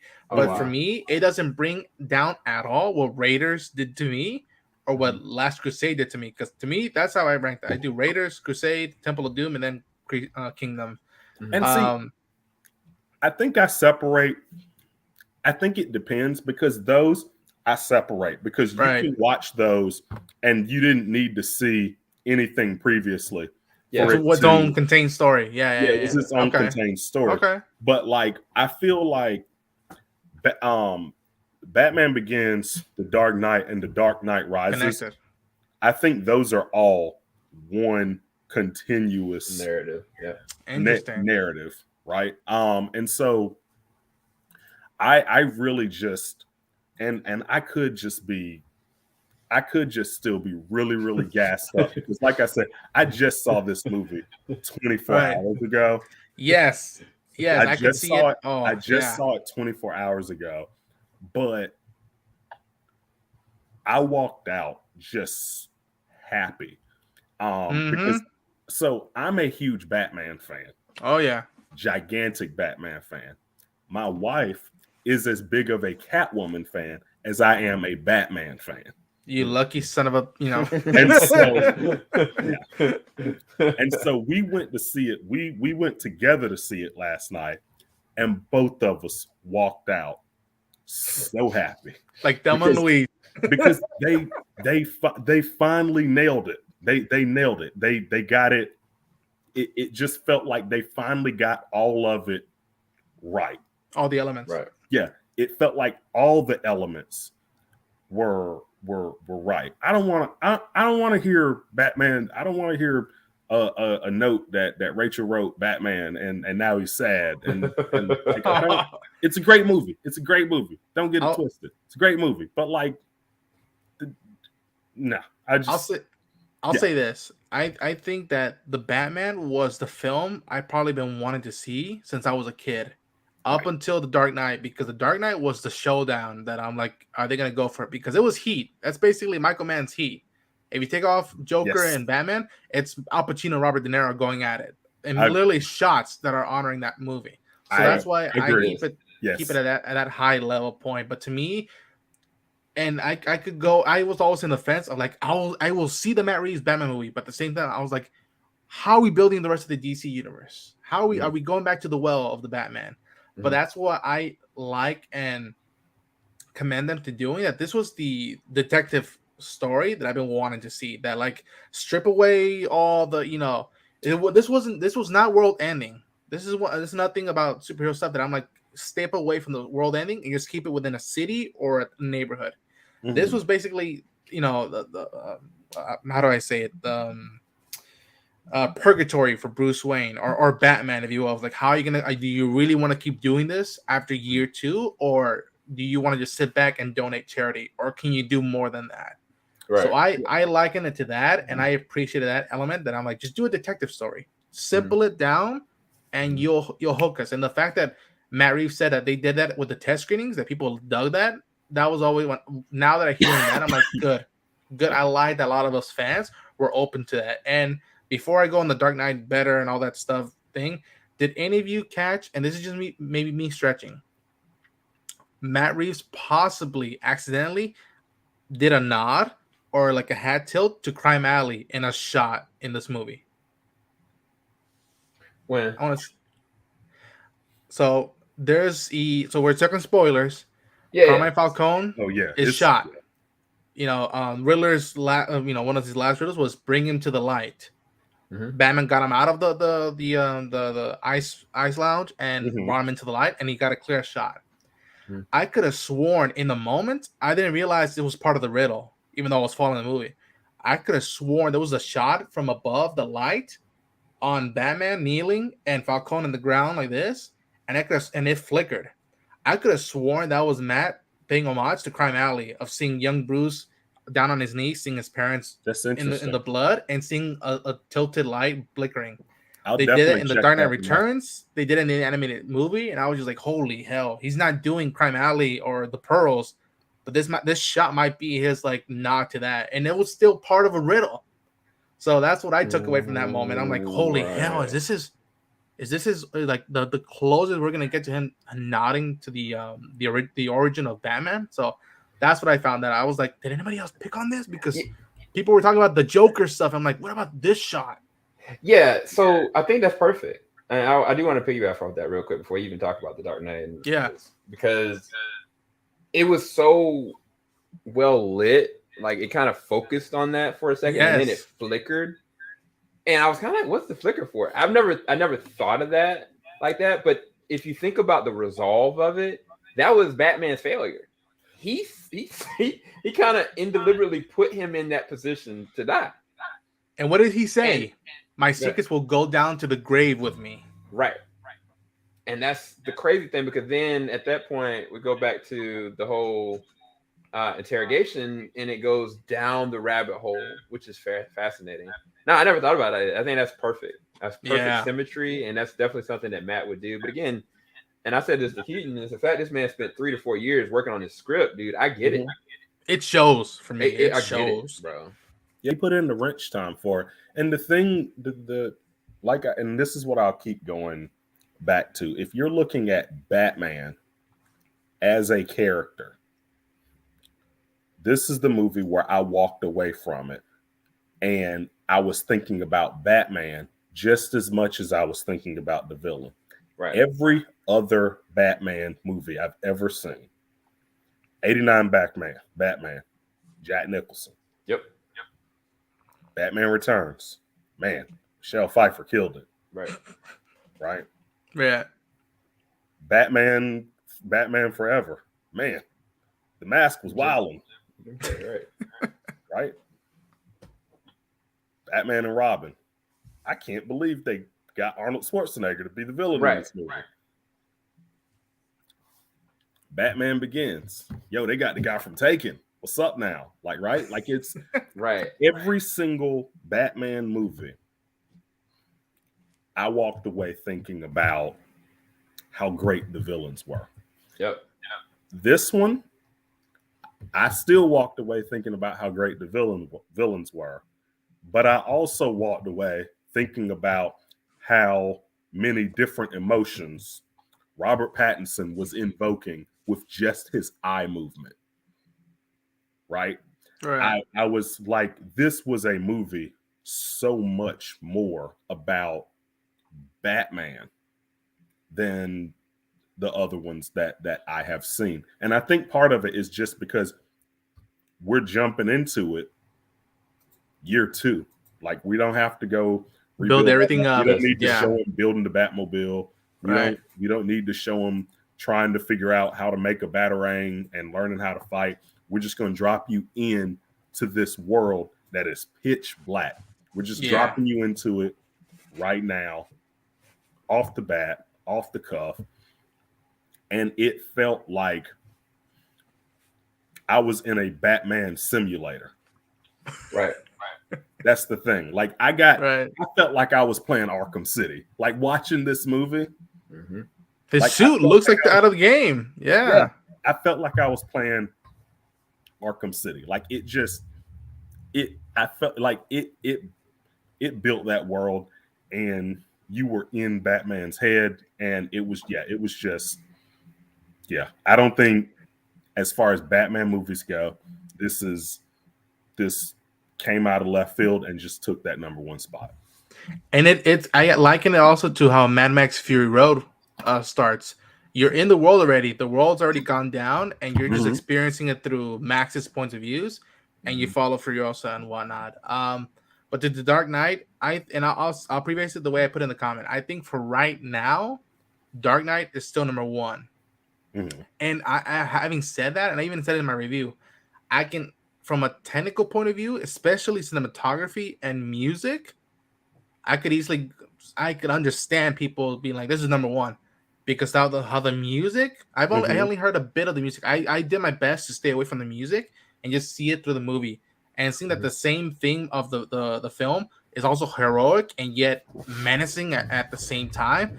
I love that experimental thing that they did with it.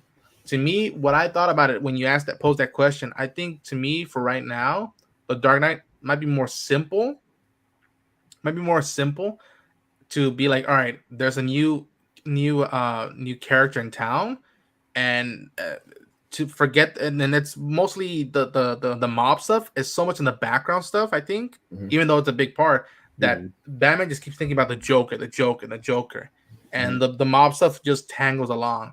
Which where I think about it, and I've only seen the film once. The Batman, it sort of goes that way in Sync. That we're also as the amount of time we're spending on the Riddler, we're spending on also Falcone and Penguin, and seeing what does Bruce think about his family and all that stuff. So I felt that for right now, Dark Knight is more simple in terms of the plot and less character, even though that's, to me, that film brought the best out of the code of Batman, of like, you don't kill, you don't use a gun, even in the face of chaos, you don't cross the lines. And I think this one did best with character stuff, which is why I can't argue the fact that this spent perfectly. We spent 3 hours in Bruce Wayne's head and seeing how that flickers. But as a film, right now, I think Dark Knight is more simplistic. Hold on. Let me repreface this. Make sure so you get it wrong. Okay. I'm not. Initially, I started this off saying that the Dark Knight is one of the best films, of all time. All right. Point period. What the question is what is the best Batman film? And normally, how I go and do reviews like this, I go off of cinematography, design, and of course, sound design. Then I go break down performances, yada yada yada, and then I go off of the narrative. Right. When you think about all three of those, think about those in terms of just Batman, and that's it. Oh man, you understand what I'm trying to say? So if we're talking about the narrative, it is a great Batman narrative. Think about this as performances. Are these great represented Batman characters? When I talk about world like design, cinematography, score, is this elemental in the sound of Batman? Is this atmospheric in the design of Gotham City? Does this look visually something like how Gotham City should be? So that's why I'm saying, like, I'm not saying that. Yeah, right. Don't look at this like just movie. We're talking about Batman exclusively. So go ahead from there. If it's for right now, so for right now, I think for film wise, I still give it to TDK. But Batman wise, I do think that Matt Reeves, Greg Fraser, Michael Giacchino, and the cast, lining in the bottle. If that's the instance, and I do think as of now, Batman, I think, does take that upper hand in terms of Batman. Now, because that's the thing I was worried, even in my own review, of just not comparing it the two, because I've only seen it once. But I will see the two films again. My mind can change, but after years of living with the Dark Knight and rewatching it over and over again, as much as I do care for the city of Gotham, from a visual point of view, it's Chicago. That's it. It's Chicago. When I do pick up a Batman book or rewatch the animated series, or even just talking to someone about Gotham, somebody always throws the key word of Gothic. That it could be modern, it could be past, it could be present, but there's always a Gothic element to it. And no matter how many buildings you bring into it, there's a Gothic element to it, whether it be the colors or just architecture designs. And the fact that I that's why I can't wait. I can't wait to hear the commentary for this film. I can't wait to drink all that up and just see, like, how did that go? That even characters wise, the fact that I don't like this when they do this, but the fact that they announced the Penguin stuff and the Gotham PD show before the movie came out, I was like, that's pretty high stakes for this. The minute the movie ended, I was like, you get it. Bring up the corrupt cops. I want to see how that's going for, because to me, that's the second best scene in the movie for me was in the jail cell scene when they're literally trying to take off his mask and be like, that's a felony. You struck an officer, and Gordon's trying to hold it back down. I I think my brother they didn't take a picture, but he told me, dude, you're grasping the chair, let it go. If not, you're gonna you're gonna pull a muscle. I was like, dude, I don't know if they're gonna is he gonna kill somebody? Is he gonna stab someone? I don't know.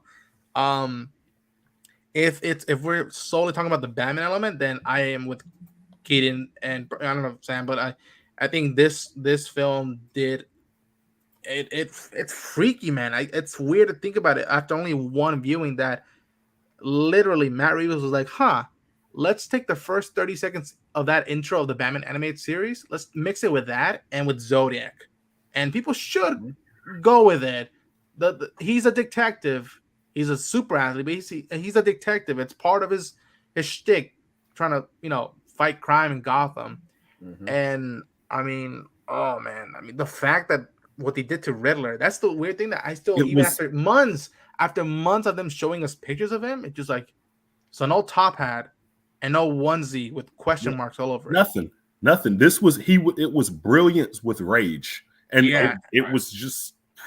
And they gave him a carpet, that stick thing instead of a cane. He has a carpet thing to strike people in the heads. Oh man! And that was part of the riddle the whole time. Like that's what made it so good. Like you're trying to figure it out the whole time. Like Alfred's over there decoding stuff. Batman's trying to decode stuff.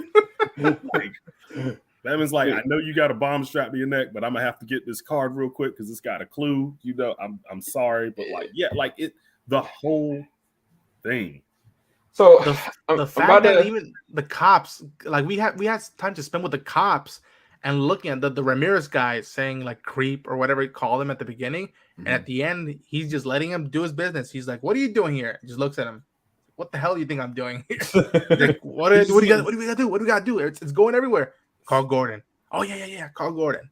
So I'm about to bring somebody else into the fray in just a second. But just so I can be clear, I didn't say that to bring people in disarray. I just wanted to ask a real fundamental question, because when I came out the film, like I kind of was just, it was whiplash. I was like, daggone, what just happened to me? Yes.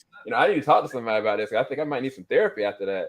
But then as I started to process it and think about the experience, like it just more and more. I've only seen the movie once, and we've been talking, an hour and 52 minutes? Yeah. I went on a whole different discussion today, talked for 2 hours. Like I've only seen the movie once, and I've got this much detail down. So that I've been sorting through this movie in my head progressively. There's only few movies that can do that. Some movies that give it from the immersion of it and the experience of it. And some movies just got so much layers and depth to it that you start picking stuff out like, whoa. And anytime you can do that without watching the movie more than twice. I had a feeling it was going to be good. So JVS has a group chat, and all the guys are in it, and we always kick it. Me and Sam have been talking about Batman together since we were 5 years old. And I mean that it's no exaggeration. Me and Sam have been talking Batman together since we were 5 years old. That's a fact. Sam saw this movie about a week before I did, and he just went quiet in the chat. He didn't say anything about it. I'm glad he didn't. He didn't say a word about it, like at all. And when that happened, I was just like, this something serious. Like when he got out and he was just like, the only thing he said was, he was like, wait to watch the movie and then listen to the score afterwards, because he knows before every movie I got the score already loaded up. I already got it loaded up, ready to go. He was like, just wait until you see it and then listen to it. And I was like, okay. But he didn't, nothing for this movie got spoiled. He didn't say anything. And right then, when he was quiet, like you would have thought he was the informant. Like La rata, whatever they call it. Rata falta, yeah. Like he went radio silent. He didn't ask me about my reviews. Like he was like, yo, what about like nothing? I was like, man, this about to be something real. This about to be something serious. Could we at least agree that as great as the film is and how much I love it, that to me some of the went out just a little bit because they showed a lot of the great moments in the trailers. Marketing has to do that. I get it. But to me, my favorite scene is the, like you guys mentioned it, the red flare going up and he leading people out of the flood. A simple heroic thing. The weirdest guy in the room is doing the most heroic thing in the room. And I saw that shot or two months ago. Plenty of times. Right. So I'm gonna say this, and this is the reason why I don't do as many trailer reactions anymore.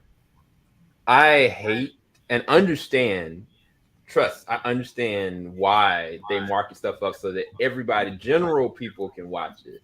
But for us as critics and people that do this for a living, when you get like epic moments like that, it deflates sometimes, like the first time you're experiencing it.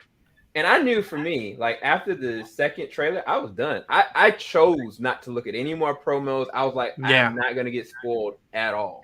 Like it's not gonna happen. So I just removed myself from it. I don't even do trailer reactions like that anymore because I got tired of it. It's like, one, I get tired of going and breaking down something that I'm gonna see later on. I can just break it down in discussion. But more than anything, I hate being spoiled so much. But anyway, I want to make sure I introduce my man here, Jedi Mike. What's going on, brother? Hey. A successful YouTube channel. It's glad to have you on. Thank you. First, really quick, what did you feel about the Batman? What is your rating?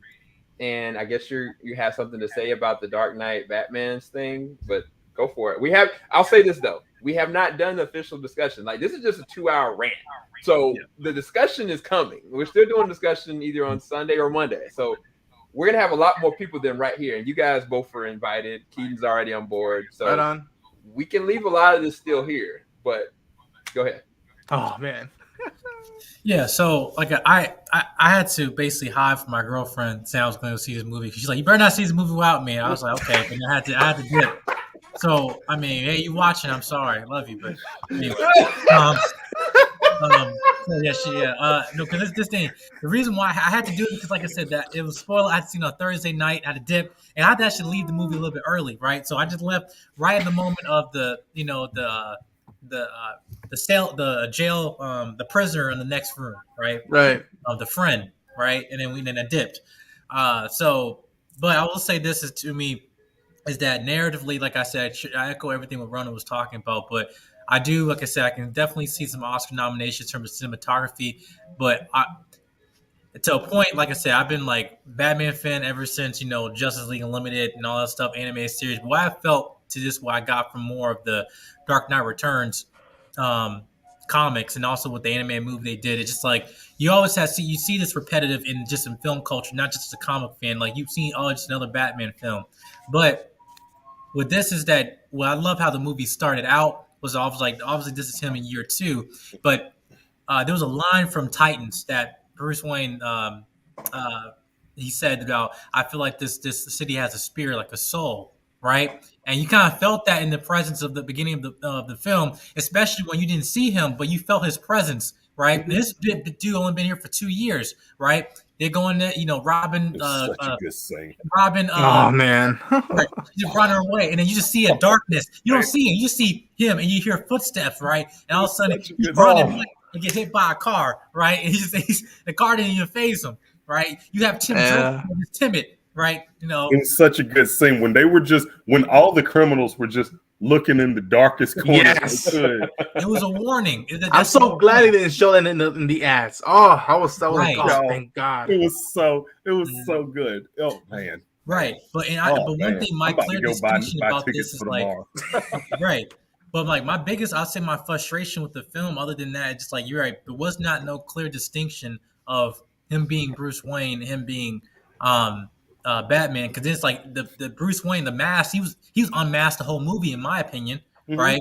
And with that, I'm like, anyone with common sense was like, hey, what is Bruce Wayne guy like? It's kind of like I'm thinking now. I see Batman, I was like, hey, these two just acting the same, right? It's just not really no clear distinction. Even then, even him talking to Alfred in the hospital scene, I feel like he's still metaphorically wearing a cowl as he's speaking to him. Right. Oh yeah. And that's 100%. That's 100% true, because Bruce is always Batman. But with Alfred, he always has the realness. Yeah. Alfred's the one that he can always be real with. Correct. Yeah. Right, and with that was scene of him revealing like with his mom. Like I thought, and I'm so glad I didn't get that spoiled, right? Because like I didn't watch the Bat and the Cat trailer, I didn't watch any of that stuff. Yeah. But when the scene of okay, you know what it's leading to with the orphan, like there was a representation of main thing, mental illness, also disparity between multiple economic classes. This is a film study, like actually, you can study this film if you actually watch this over multiple viewings and actually just.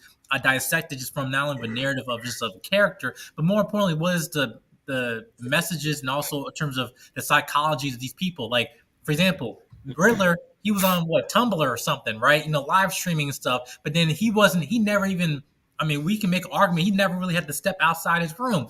It was his followers that was actually doing everything at the end, right? Mimicking what he did, and that kind of just reflects on our culture, right? Yeah. Where we are today. But I thought that was kind of so powerful, right? But with the whole thing with his mother, I was like, oh, no, he didn't. His mama, she been in Arkham Asylum. I'm just like, and this is what they're going to try to do with the Arkham Asylum spinoff series that they said they might be doing. Like, I'm very interested in what they can do with that because now if they want to do some type of Flashpoint like thing, like, oh, yeah, she can definitely be the Joker. Like, she's in Arkham Asylum. But it was just very thing like he could have inherited this stuff from his mother. Right, and his father saying, "What is the line from you crossing from being a good man?" Was he just protecting his wife and his son, or was he actually just got power hungry? You say, "Hey, do whatever you can just to make this guy disappear." To the Maronis and the Falcone, I thought that was a beautiful way that they depicted that compared to the other films, right? Because we only got Maroni in The Dark Knight, I believe. Right. Yeah. And, yeah. We never really see him other than like the Long Halloween, which I felt that felt more depicted in this film than any other like Batman iteration we had. But yeah, I really felt that in the sequel they can work on that in terms of the him actually wearing the mask of the philanthropist and not the Dark Knight. I have a comment on that. Go ahead. Go for it. I was going to say you made a really, really good point too, because in all the other Batman movies, the Waynes are saints. Yes. They're saints. When the Waynes got murdered, it was Mother Teresa and Mr. Rogers leaving a movie theater, and they were just saints. And in this one, what I liked about it was they were still very much good people, but they weren't perfect. They were flawed. They were flawed. Yeah. They weren't perfect. They were flawed. It's like, hey, look, she's a great lady, but she still has some mental health issues. Right. That's okay. The Arkham element. Yeah. I was like, wow. Okay. Like man. So this is the thing I was going to comment to Jedi Mike, and we'll go over that in the discussion. But I guess I'll pose this as a question and a statement too. The reality is, for me, is that this is the first Batman we've ever really seen live action that you can truly see mentally. He's psychologically really, truly off. He not only is putting himself out there to do something very impossible and, I don't know, otherworldly, I guess a good way to put it, but he does not care about his own life. Like, really, truly, like he could care less about what will happen to him in every way, shape, or form. But the difference with this is from the beginning of the movie, it was all just vengeance without the reconciliation of why you're doing this. Like, who are you really doing this for? Like, you're really doing this for yourself because you're so bottled up with anger, you're trying to use it as a tool to just do stuff. To the end of the movie, he understood he had to be a place of hope. He had to be a place of something different, right? Yeah. Like, even when you think about and we talked about this earlier, I mean, Keeden was, when he was even looking at the kid, he didn't look at that kid like trying to comfort him. He looked at his kid like, man, that's literally looking at my own traumatic history. Like, I'm in shock right now. Like, I'm not scared, but like, PTSD moment. Like, he's like, I literally went through this. And to the very end where he's able to comfort and help this child, well, he couldn't do that from the very beginning. So the reason why I bring that up is the fact is this: he doesn't care about his own life. He doesn't care about what he's fundamentally trying to do because he's one step away from being the Riddler or any of these other villains himself. So of course there's no Bruce Wayne. The whole point of Bruce Wayne is the mask. Bruce Wayne has always been the actual silhouette, and Batman is who he really truly grounded is. Yeah. But he didn't care or understand it because it's so early on. This is year 2. But by the end of progression of this, there has to be a veil put up. There has to be a mask because at this point now, the city is in complete disarray. They need something. Land. They need something, right? And so he's going to have to step up, not just in the night, but also in the day. And not just with his resources, but being like an actual visual silhouette, even if he is fundamentally flawed. And that goes back to what we were just talking about. And I think that was it was an intentional thing. It's not like starting from the very beginning, but it kind of is. Like he's not built that up because he could care less about it. So I think that's the reason why man did it. Like, on top of that, yeah. And the thing is, like, that bat signal at the beginning, it was such a good line. It was like, it's not just a signal, it's a warning. Warning. Yeah. But now, at the end of that movie, when the bat signal goes up, it means so much more. Yeah. This is somebody that's going to help us. This is somebody that can save us, right? Like, that was crazy. Like, Batman was at ground zero saving people. He was just fireman carrying people. Like, that never seen that visual. That was the most heroic thing I've ever seen in a visual live action thing of Batman. When he was going through that water with that flare, and it was a spark out of the wilderness. Like, I will go to the theater right now and spend $20 on my ticket just to watch that scene. In the big screen. It was powerful. It was powerful, man. You said it best, Sam, with the gang scene in the opening when he beats him up. The bystander, he was just don't hurt me. Yes, just don't hurt me, and Batman just looks at him. The fact that and here's the thing: if they do a sequel, which they will likely do, and if he doesn't put up the Bruce Wayne persona and it's just still moody, both Bruce Wayne and Batman, that'll be a detriment for the character's arc and for the film's arc as well. Where it's like he can now learn he can fight this fight from two fronts. Right, from the light. That's the whole point. In the public, as a philanthropist who will give money to charity and everything, but for the criminal element, I gotta hit hard at night.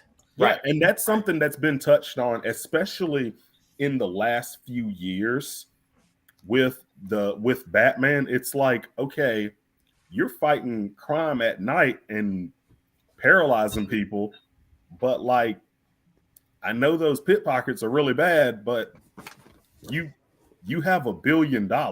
Yes. Like, there shouldn't be any homeless people in Gotham. The renewal, like the whole thing with that whole thing is like, hey, okay, I can now atone the sins of my father, right? But with that, I think talking about hope, this is also another invitation that they could do. They possibly, if they want to try, finally bring like an aspect to Robin, because that was the whole point. I'm here to scare criminals, not children, right? So they could do that if they want to. But in this vein, what they did, what they set up, this is no man's land at the ending. But the point about not caring about himself, you also not caring the people that you're affected. I honestly think Alfred would not be in the hospital if he truly did care about himself and the image that he was putting out there for his, until. Not knowing how visible he's putting himself out there, and now with the conversation he had with the Riddler, it's the same thing. It's like almost a 2.0 of the Heath Ledger interrogation scene, right? But in a different context of saying, all right, I'm a byproduct of you, but also, hey, I'm an orphan just like you, but you basically, you're saying I was there the whole time, but yeah, you're on the opposite side on a silver platter while I'm here when I'm sleeping and the rats are, getting me while I'm sleeping and stuff. And that's, to me, again, that's just the point of it, what they were doing at the end, right? With the jail, with the friend at the end, the dialogue makes sense. It's like, hey, listen, when you see Matt Reeves explain why the context of that scene's like, all the villains that are coming out of him, he's a byproduct of what the entity of what Batman is becoming. But at the same time, it's like knowing their origin is like everyone's in their origin phase, right? Even with Selena Kyle, right? I love the fact that, okay, yes, she might be going to Bloodhaven, but she'll come back, whatever. But even the arc that she had with Maroni, right? Is it exactly from Long Halloween? Like cookie cutter, right? And I loved it how they depicted it in a way, talking about with her mother, right? But in that instance of their relationship, what they did was like, I can tell with someone who have had experience with mental illness or with friends is like, he definitely not being, I'll say, a positive influence, allowing her the invitation for someone that might be in the same circumstance as him to actually invite, hey, I don't need to do this by myself, right? I can actually be vulnerable. I can let that guard down, right? So, and like even there's like a few moments like when she was putting the contact lens in the eye the first time, right? And she thought like, there's like an emotional scene, but he just focused on the mission and everything. But I'm hoping to see that continue on in the next film of him allowing to say, more people to come in, especially even Alfred, that the journey he had taken this film. Yeah. And I'll put this out there, and I'll put it out there, and I don't know if you guys want to talk about it, but I do want to bring it up in the spoiler discussion.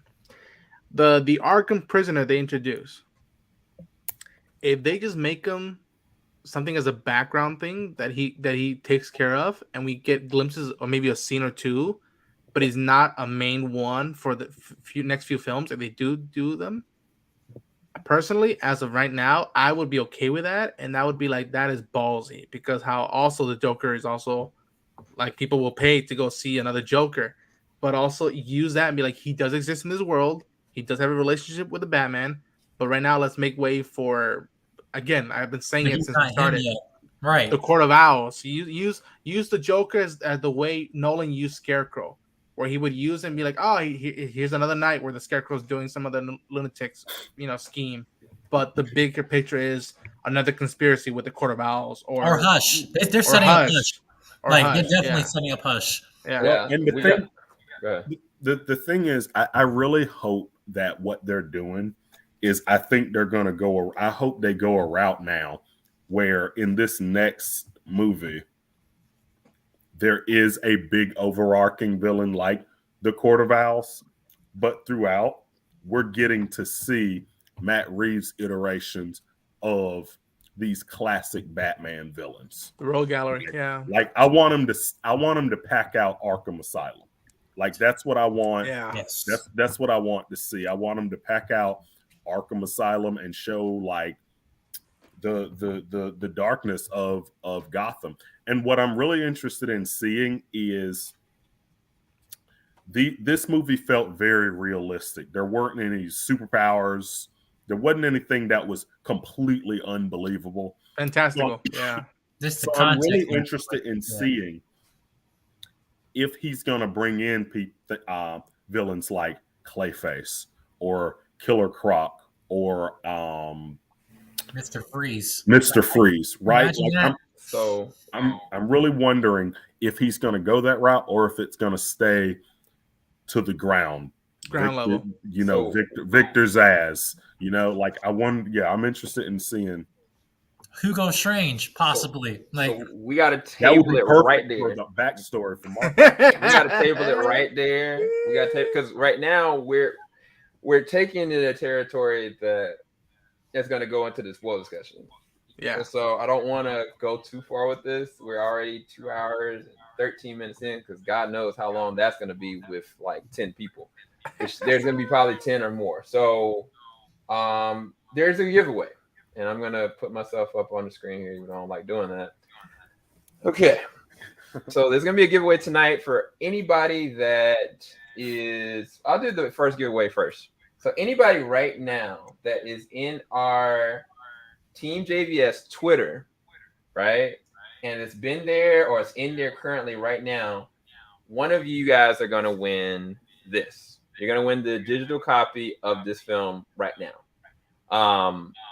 The only thing I'm going to do is I would just ask of you to please subscribe.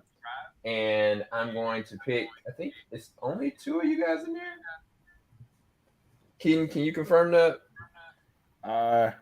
Yep. It looks like there's two in there. So I got, let's see, Down Bad Patrol, which already does follow us, and Alex Stambellishment. So thank you guys both for being here the whole entire time. Ronan, I know you were in there as well, but you joined the chat, so I do acknowledge you. That's fair. There was a couple other people that were in there earlier, but they're not there now. But I'm giving this to the person that's been here the longest, and I believe, and Keeden, am I wrong about this? Is it Alex? That was one of the first people that was there from the very beginning. I believe so. Okay, so Alex, I'm going to send you this digital code. I've just followed you from our TeamJVS page. I will send you the digital code for this. Congratulations. Thank you for your contributions. Now, everybody else, somebody's getting this digital copy right now. And this is Batman Year One, the definitive edition, all special features. Woo! I'm about to be giving this away right now. Okay. So the way that we're going to do this is we're going to ask a question. Between me and Keeden, we're going to come up with a question. And the first person to answer that question is going to get it. Now, the two gentlemen that are in here, they can't answer the question, get this, of course.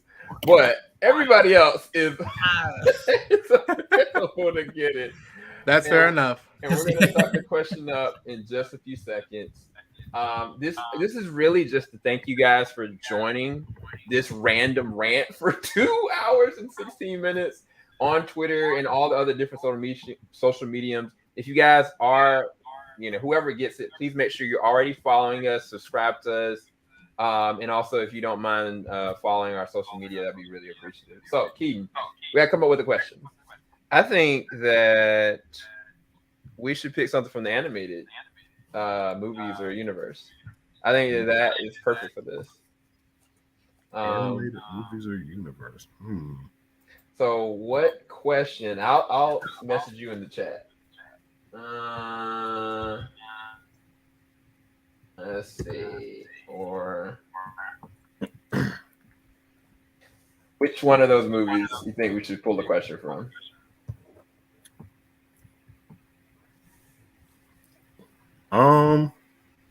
You can type it to me. Because it's about to be interesting. Like we're legit. I got the code right here. I literally just opened this up, as y'all could have heard. So code is out. Code is ready. Yeah.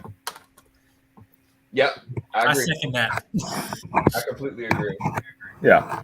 Yeah. Come up with something from that. Concur. Man, Ronan, you know what? You come up with a question. Just type it in the private chat to us first so we can all know. And then I'm going to put it in the comment section and then it's up for grabs for everybody. Ronan, look at the chat. That's a good question. Because they can be confusing who, yeah. You, Jedi Mike, Sam, is it okay if Jedi Mike does it? Because I rewatched it a while back, but I'm losing because the Batman's been obsessing me right now. But Jedi Mike, you do the honors. Okay, this is what I want you to do, Jedi Mike. I want you to type what the question actually is, and then I'm going to copy that over into the comments. Yeah. I think this is really interesting because some people have not seen it. Exactly. But I'm gonna say this: yeah. Any of you guys can Google it very fast. I just want the person that's going to give it to us first. So Jedi might take that into account. Yeah. Even then, I think it's also you think it's obvious, but then it's not. Like that's the thing.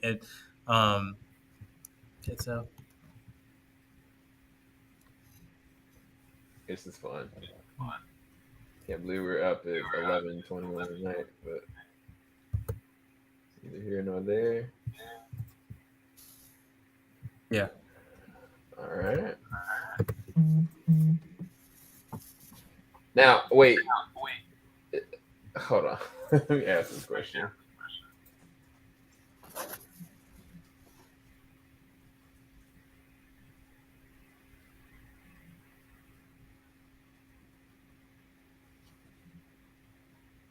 You see that? Keeden, you see that? No, that's what I'm checking right now. Yeah. Keeden, do you know? Let me go to the chat. Let me see here. I was worried because I know yeah. Because I want to make sure when I ask that question, that we know where it's being pulled from. Specific from, yeah. Because somebody might answer and be like, "Oh wait, no, that was right here." No, from the yeah. I think I'll say the comics probably be more difficult because I'm okay. Here's the thing, because I just keep it from the animated.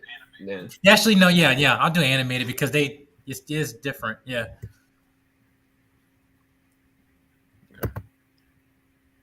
And it's also probably the most easily accessible at this point. Mm-hmm. Here we go.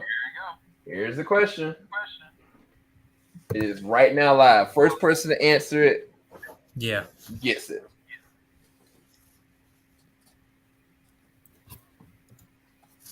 There will be more giveaways when we do the spoil discussion. I'm probably gonna be giving away 3 different digital codes out. So make sure you got our post notifications on ahead of time, or you will miss out. Question: when is it coming to HBO Max? Is it March 25th or 26th? The Long Halloween? No, Batman. It's 45 days after. 45. Yep, 45 days. Okay. Oh yeah, I should have been more specific. What's the name? Need name person. Yeah, what's her? Yeah. That's where the Google came in. I was about to say, yeah.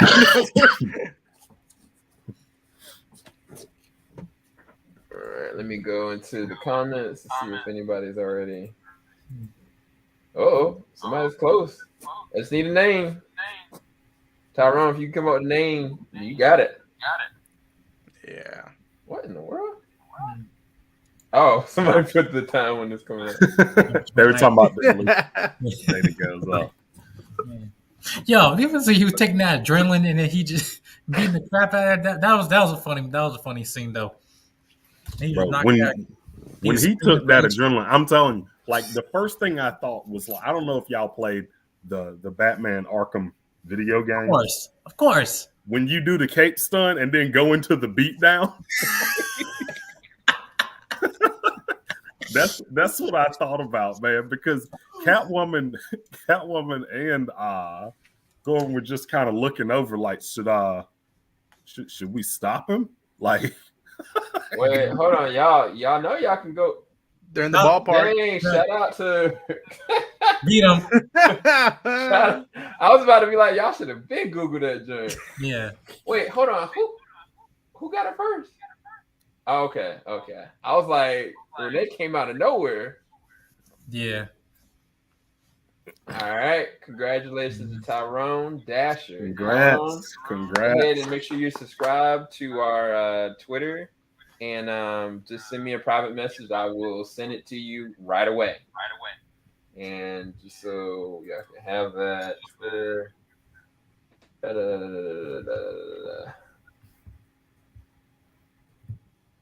And all I know is this live discussion. I don't know how it's gonna beat this because me and Keeden went off the cuff. Went in. Sometimes. There's our Twitter. Just make sure you are already following us and go ahead and send a private message. Congrats. Mm-hmm. Just wait though. I think that you should just wait till tomorrow. See what happens. I didn't say fully everything. I hold back. That's gonna be weird because how many people that join the spoiler have seen it more than once, and also will I have seen it again either tonight or tomorrow before the discussion? Because that's also an element that I've seen of like multiple viewings. Does it get better or does it get a little bit worse? Wait, Deidre, you haven't seen the movie? We said from the beginning, no. I mean, look, more power to you. I'm glad you're encouraged. You literally have probably been watching this the equivalent of the amount of the time in the movie almost, minus the subcredits. I'm waiting for Jedi Mike girlfriend to show up. Oh my gosh! Like, what you mean? Listen, what it's an unforgivable sin. Like I can understand what Sam and like Keeden. I know your wife's like. God, honestly, I'm gonna be honest with you. The way Sam his wife when he watching the Gotham TV show, that's how she acts. I was like, I relate to that so much. That's a fact, dude. That's exactly how she acts. Yes.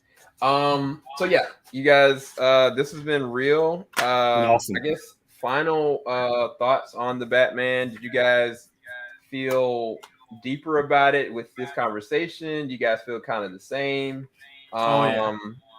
I'm just really curious your final thoughts, and then we'll be back for the spoil discussion whenever that is. Gentlemen, you go first. Yeah, cause I'm actually thinking about because I'm almost done with my little I'll say sabbatical. Like Lily will be back in a week and a half of like my final semester and like this, so I'm at perfect timing. But I'm gonna actually want to do a breakdown video in terms of just more of the psychology of this film, just from him, because this I have to say this is what to me I felt in that discussion with the rant that's happened with this video. I actually think this is things or when people come out of this film, you should be coming with questioning how you feel and how you're reacting with the story, and also with the decisions of this character that you haven't really been watching for almost 80 plus years, right? Because honestly, like I said, especially with the Okay, good. right. Yeah, because honestly, I think just moving forward in terms of what what Warner Brothers have done, especially with the Joker film, and now with this is like we're moving to a point where now we're making more of these characters that we know that more cookie cutter and just make them more flawed, more human, right? And we thought we can get human with the Dark Knight, and here's another element to this. Right, so it's just like who knows the possibilities of what we get in the future. So I thought this was a very good discussion, and I can't wait for tomorrow to talk about this. But yeah, man, this is one to remember. Honestly, What's your rating? I'd say that tomorrow. All right. Yeah, this I always tell it to you guys that as much as I love watching this stuff, more and more as we do this, the discussions and the rants, if you will, those are more fun because you Aren't just they, see man? It's how people so bounce good. off each I other. love it. Because It's that's so I mean, good. like again, I think Sam said it best. We're talking about this and we want to dissect them more after our only one viewing. Imagine how we're gonna be. I'm gonna watch it on Jor-El, church service. exactly. Jor-El, our other friends have already seen it multiple times. Right. So I can't imagine how their brains are right now, and it's just like, yeah, I love it, and it's the one word to best describe it is layers. There is layers to this film. It's not just a popcorn film. It's not just entertainment. It's not just another Batman story. This one has deeper stuff that you can look at it from multiple ways. Yeah. Keeden, what about you? Final thoughts? Yeah. Feels like it was biblical, like in the law-abiding citizen. Look, vengeance, man. Like it was just that. I don't know. Like I just me being just like the Batman nerd that I am. That movie was something special. It was something special. Like I didn't walk away from it like, man, that was good. I walked away from it like it felt like it was made for me. Like Right. I felt like I went home and I was just like, what comic book can I read right now? Because I'm making my way. I'm doing a second reading of Tom King's run. Oh wow! And Wow. yeah, Keeden. and, yeah. Batman Ego. Look at this. The first story I've heard about Batman is Ego. all mental stuff, and I literally dropped it on the floor. I'm like, "Are you kidding me? What the hell?" Yeah, I love the ones that get mental. Arkham Asylum, A Serious House on Serious Earth. That one's another really, really good one. But like, yeah, it was just great. It was just what it did. The detective elements and like the way it was just dark, like a noir. Like I could watch that movie in like black and white on old film. Like it would just be it was just good. It was just good. I was so happy with it. 10 out of 10. Yeah, I think for me, the only flaw, which isn't even really a flaw in the movie for me, is that I cannot let my child see this movie until he's 16 years old. Like straight up, like it's weird to say because like one of the first movies I ever saw, me and Keeden, it's like the 1989 Batman. Yeah. Like there was a lot of cursing in the Batman. It was death. It was some sexual content. It was a lot, you know. But this movie, bro, there was something psychologically off about a lot of these characters, man, and it's so dark. It's really dark. Dark to the point that like I would have a hard time even showing my son or sons when they're like 10. Like, oh man, I want to see the Batman. Like, nah, bro. Wait till that junk come on TNT. Even then, I still can't let y'all look at it. But no, that's not really a flaw. I really am gonna dare some people when it comes to this spoiler discussion to start telling me things fundamentally to break down. Because one thing we didn't talk about, I think me and Keeden talked about on the side, is that this movie was excellently paced. Mm-hmm. Meaning that through each intersection, each scene, there wasn't any filler. There wasn't any filler in between at all. No, And that's hard to do with a 3-hour movie. 3-hour movie. You normally can't do that. It's always going to be some kind of downtime or filler. And even those people that have issues with the back half, look, I'm not disparaging them from saying what they say, but maybe they don't understand Batman because the whole point of this is a progression. You have a source of vengeance that's built out of rage that's been transformed, dissected, broken down to a point, to a place of hope, but still damaged. And it's okay. Like he actually is starting to really connect with other people when he didn't know how to do that before. Like this is an awkward Batman. Like this Batman, like people are like, he's so emo. Like, no, like he don't even know how to interact with humans. Like he knows how to hurt people. He knows how to get stuff done. He's a great detective, but that human element, he didn't have it, you know? And so when people start talking about certain things, I'm like, yo, I really want somebody to really break down to me these different things. That's why I brought up the Dark Knight question. I wanted somebody to show me these different things. Cause like, yes, I've had a lot of time that I can dissect things I don't like about the Dark Knight. But it for a long time, it felt like it was grasping at straw because it's such a great film. Yeah. But now I have a film that I can say as a Batman film, how does this line up with this other Batman film? And that's where this is going to be so fun talking in the spoiler session. Oh, I'm yeah. Bring Akasan into this. I'm bringing my notepad. My notepad. We'll see. Yes. Yeah. Because I love hearing his take, even though I'm, for other sides. But yes, Akasan, please. Yeah, but no, 10 out of 10, guys. And you guys at the bottom, Jedi Mike and Ronan, can you guys plug where can people find you? Where's your channels, respectfully? And then we're going to close out. Mm-hmm. Jedi, go first. Okay.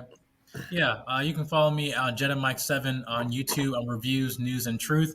I've been on a little hiatus. I'm in my last semester from in college right now, but I'm going to be going back in a coming about literally less than a week or so. Push out more content, do movie reviews. Also just talk about becoming the best version of yourself. I talk about other things like educational content, using comic book characters and other movies and stuff. But yeah, I'll be coming at Ronan pops up on my channel all the time and everything. But make sure you go subscribe to Jedi Mike 7 on YouTube. All right. And Ronan. You folks can find me at Ronan Unchained on YouTube and on Twitter. I do reviews, reactions. I just did the Book of Boba Fett and Peacemaker, and that was a whole journey. Now I'm just waiting for Obi-Wan to pop up and some certain movies that I either want to revisit. Moon Knight. Talk about Moon Knight, which I'm still. I got to think about that one. But I brought up a Star Wars podcast that I'm hoping to develop more as we get more news and shows and movies coming out. I have irons in the fires, especially with some of these folks right here that I want to do more stuff. But there's reactions, reviews, podcasts, all around stuff that you can go check out. All right. So, yeah, me and Keeden are here, members of TeamJVS. You should already know because you're already here. Y'all gotta start talking to me, man. I'm telling you, I just got a new job. I need friends. Y'all got to start hitting me up on Twitter because I work from home now. I'm here like by myself. Like I'm like Barry Allen. I need friends. Like y'all need to hit me up on Twitter every single time I do a review. Every single time I do a review or cover something, I'm like, hit me up, Keeden7 on Twitter or in the comments. Y'all don't be saying nothing. I be having plenty of views, but nobody be saying anything. Just talk to me, man. Yeah, and my personal is Super SEL0320. You guys can hit me up anytime. And yeah, make sure you subscribe. Make sure you're following wherever you're watching this from. Thank you guys so much for being here for 2 hours and 34 minutes. It's insane. And we'll be back for. Yeah, you're off by 20 minutes. Well, look, the spoiler discussion with up to 10 people, and the people that I'm trying to bring in here, Matt Hayes, Jarrell, I'm stressed already. I mean, you already can kind of guess this is gonna be long. So, Oh boy. Yeah, we're gonna go. Make sure you like and all these guys right here, they're phenomenal. Thank you guys so much for being co-hosts with me. Even though this is impromptu, we did the daggone thing, and we'll be back. Absolutely. Peace, everybody. Y'all have a good night. Much love. Falling out the top of the I can see the skyline, 50 mile radius on my timeline.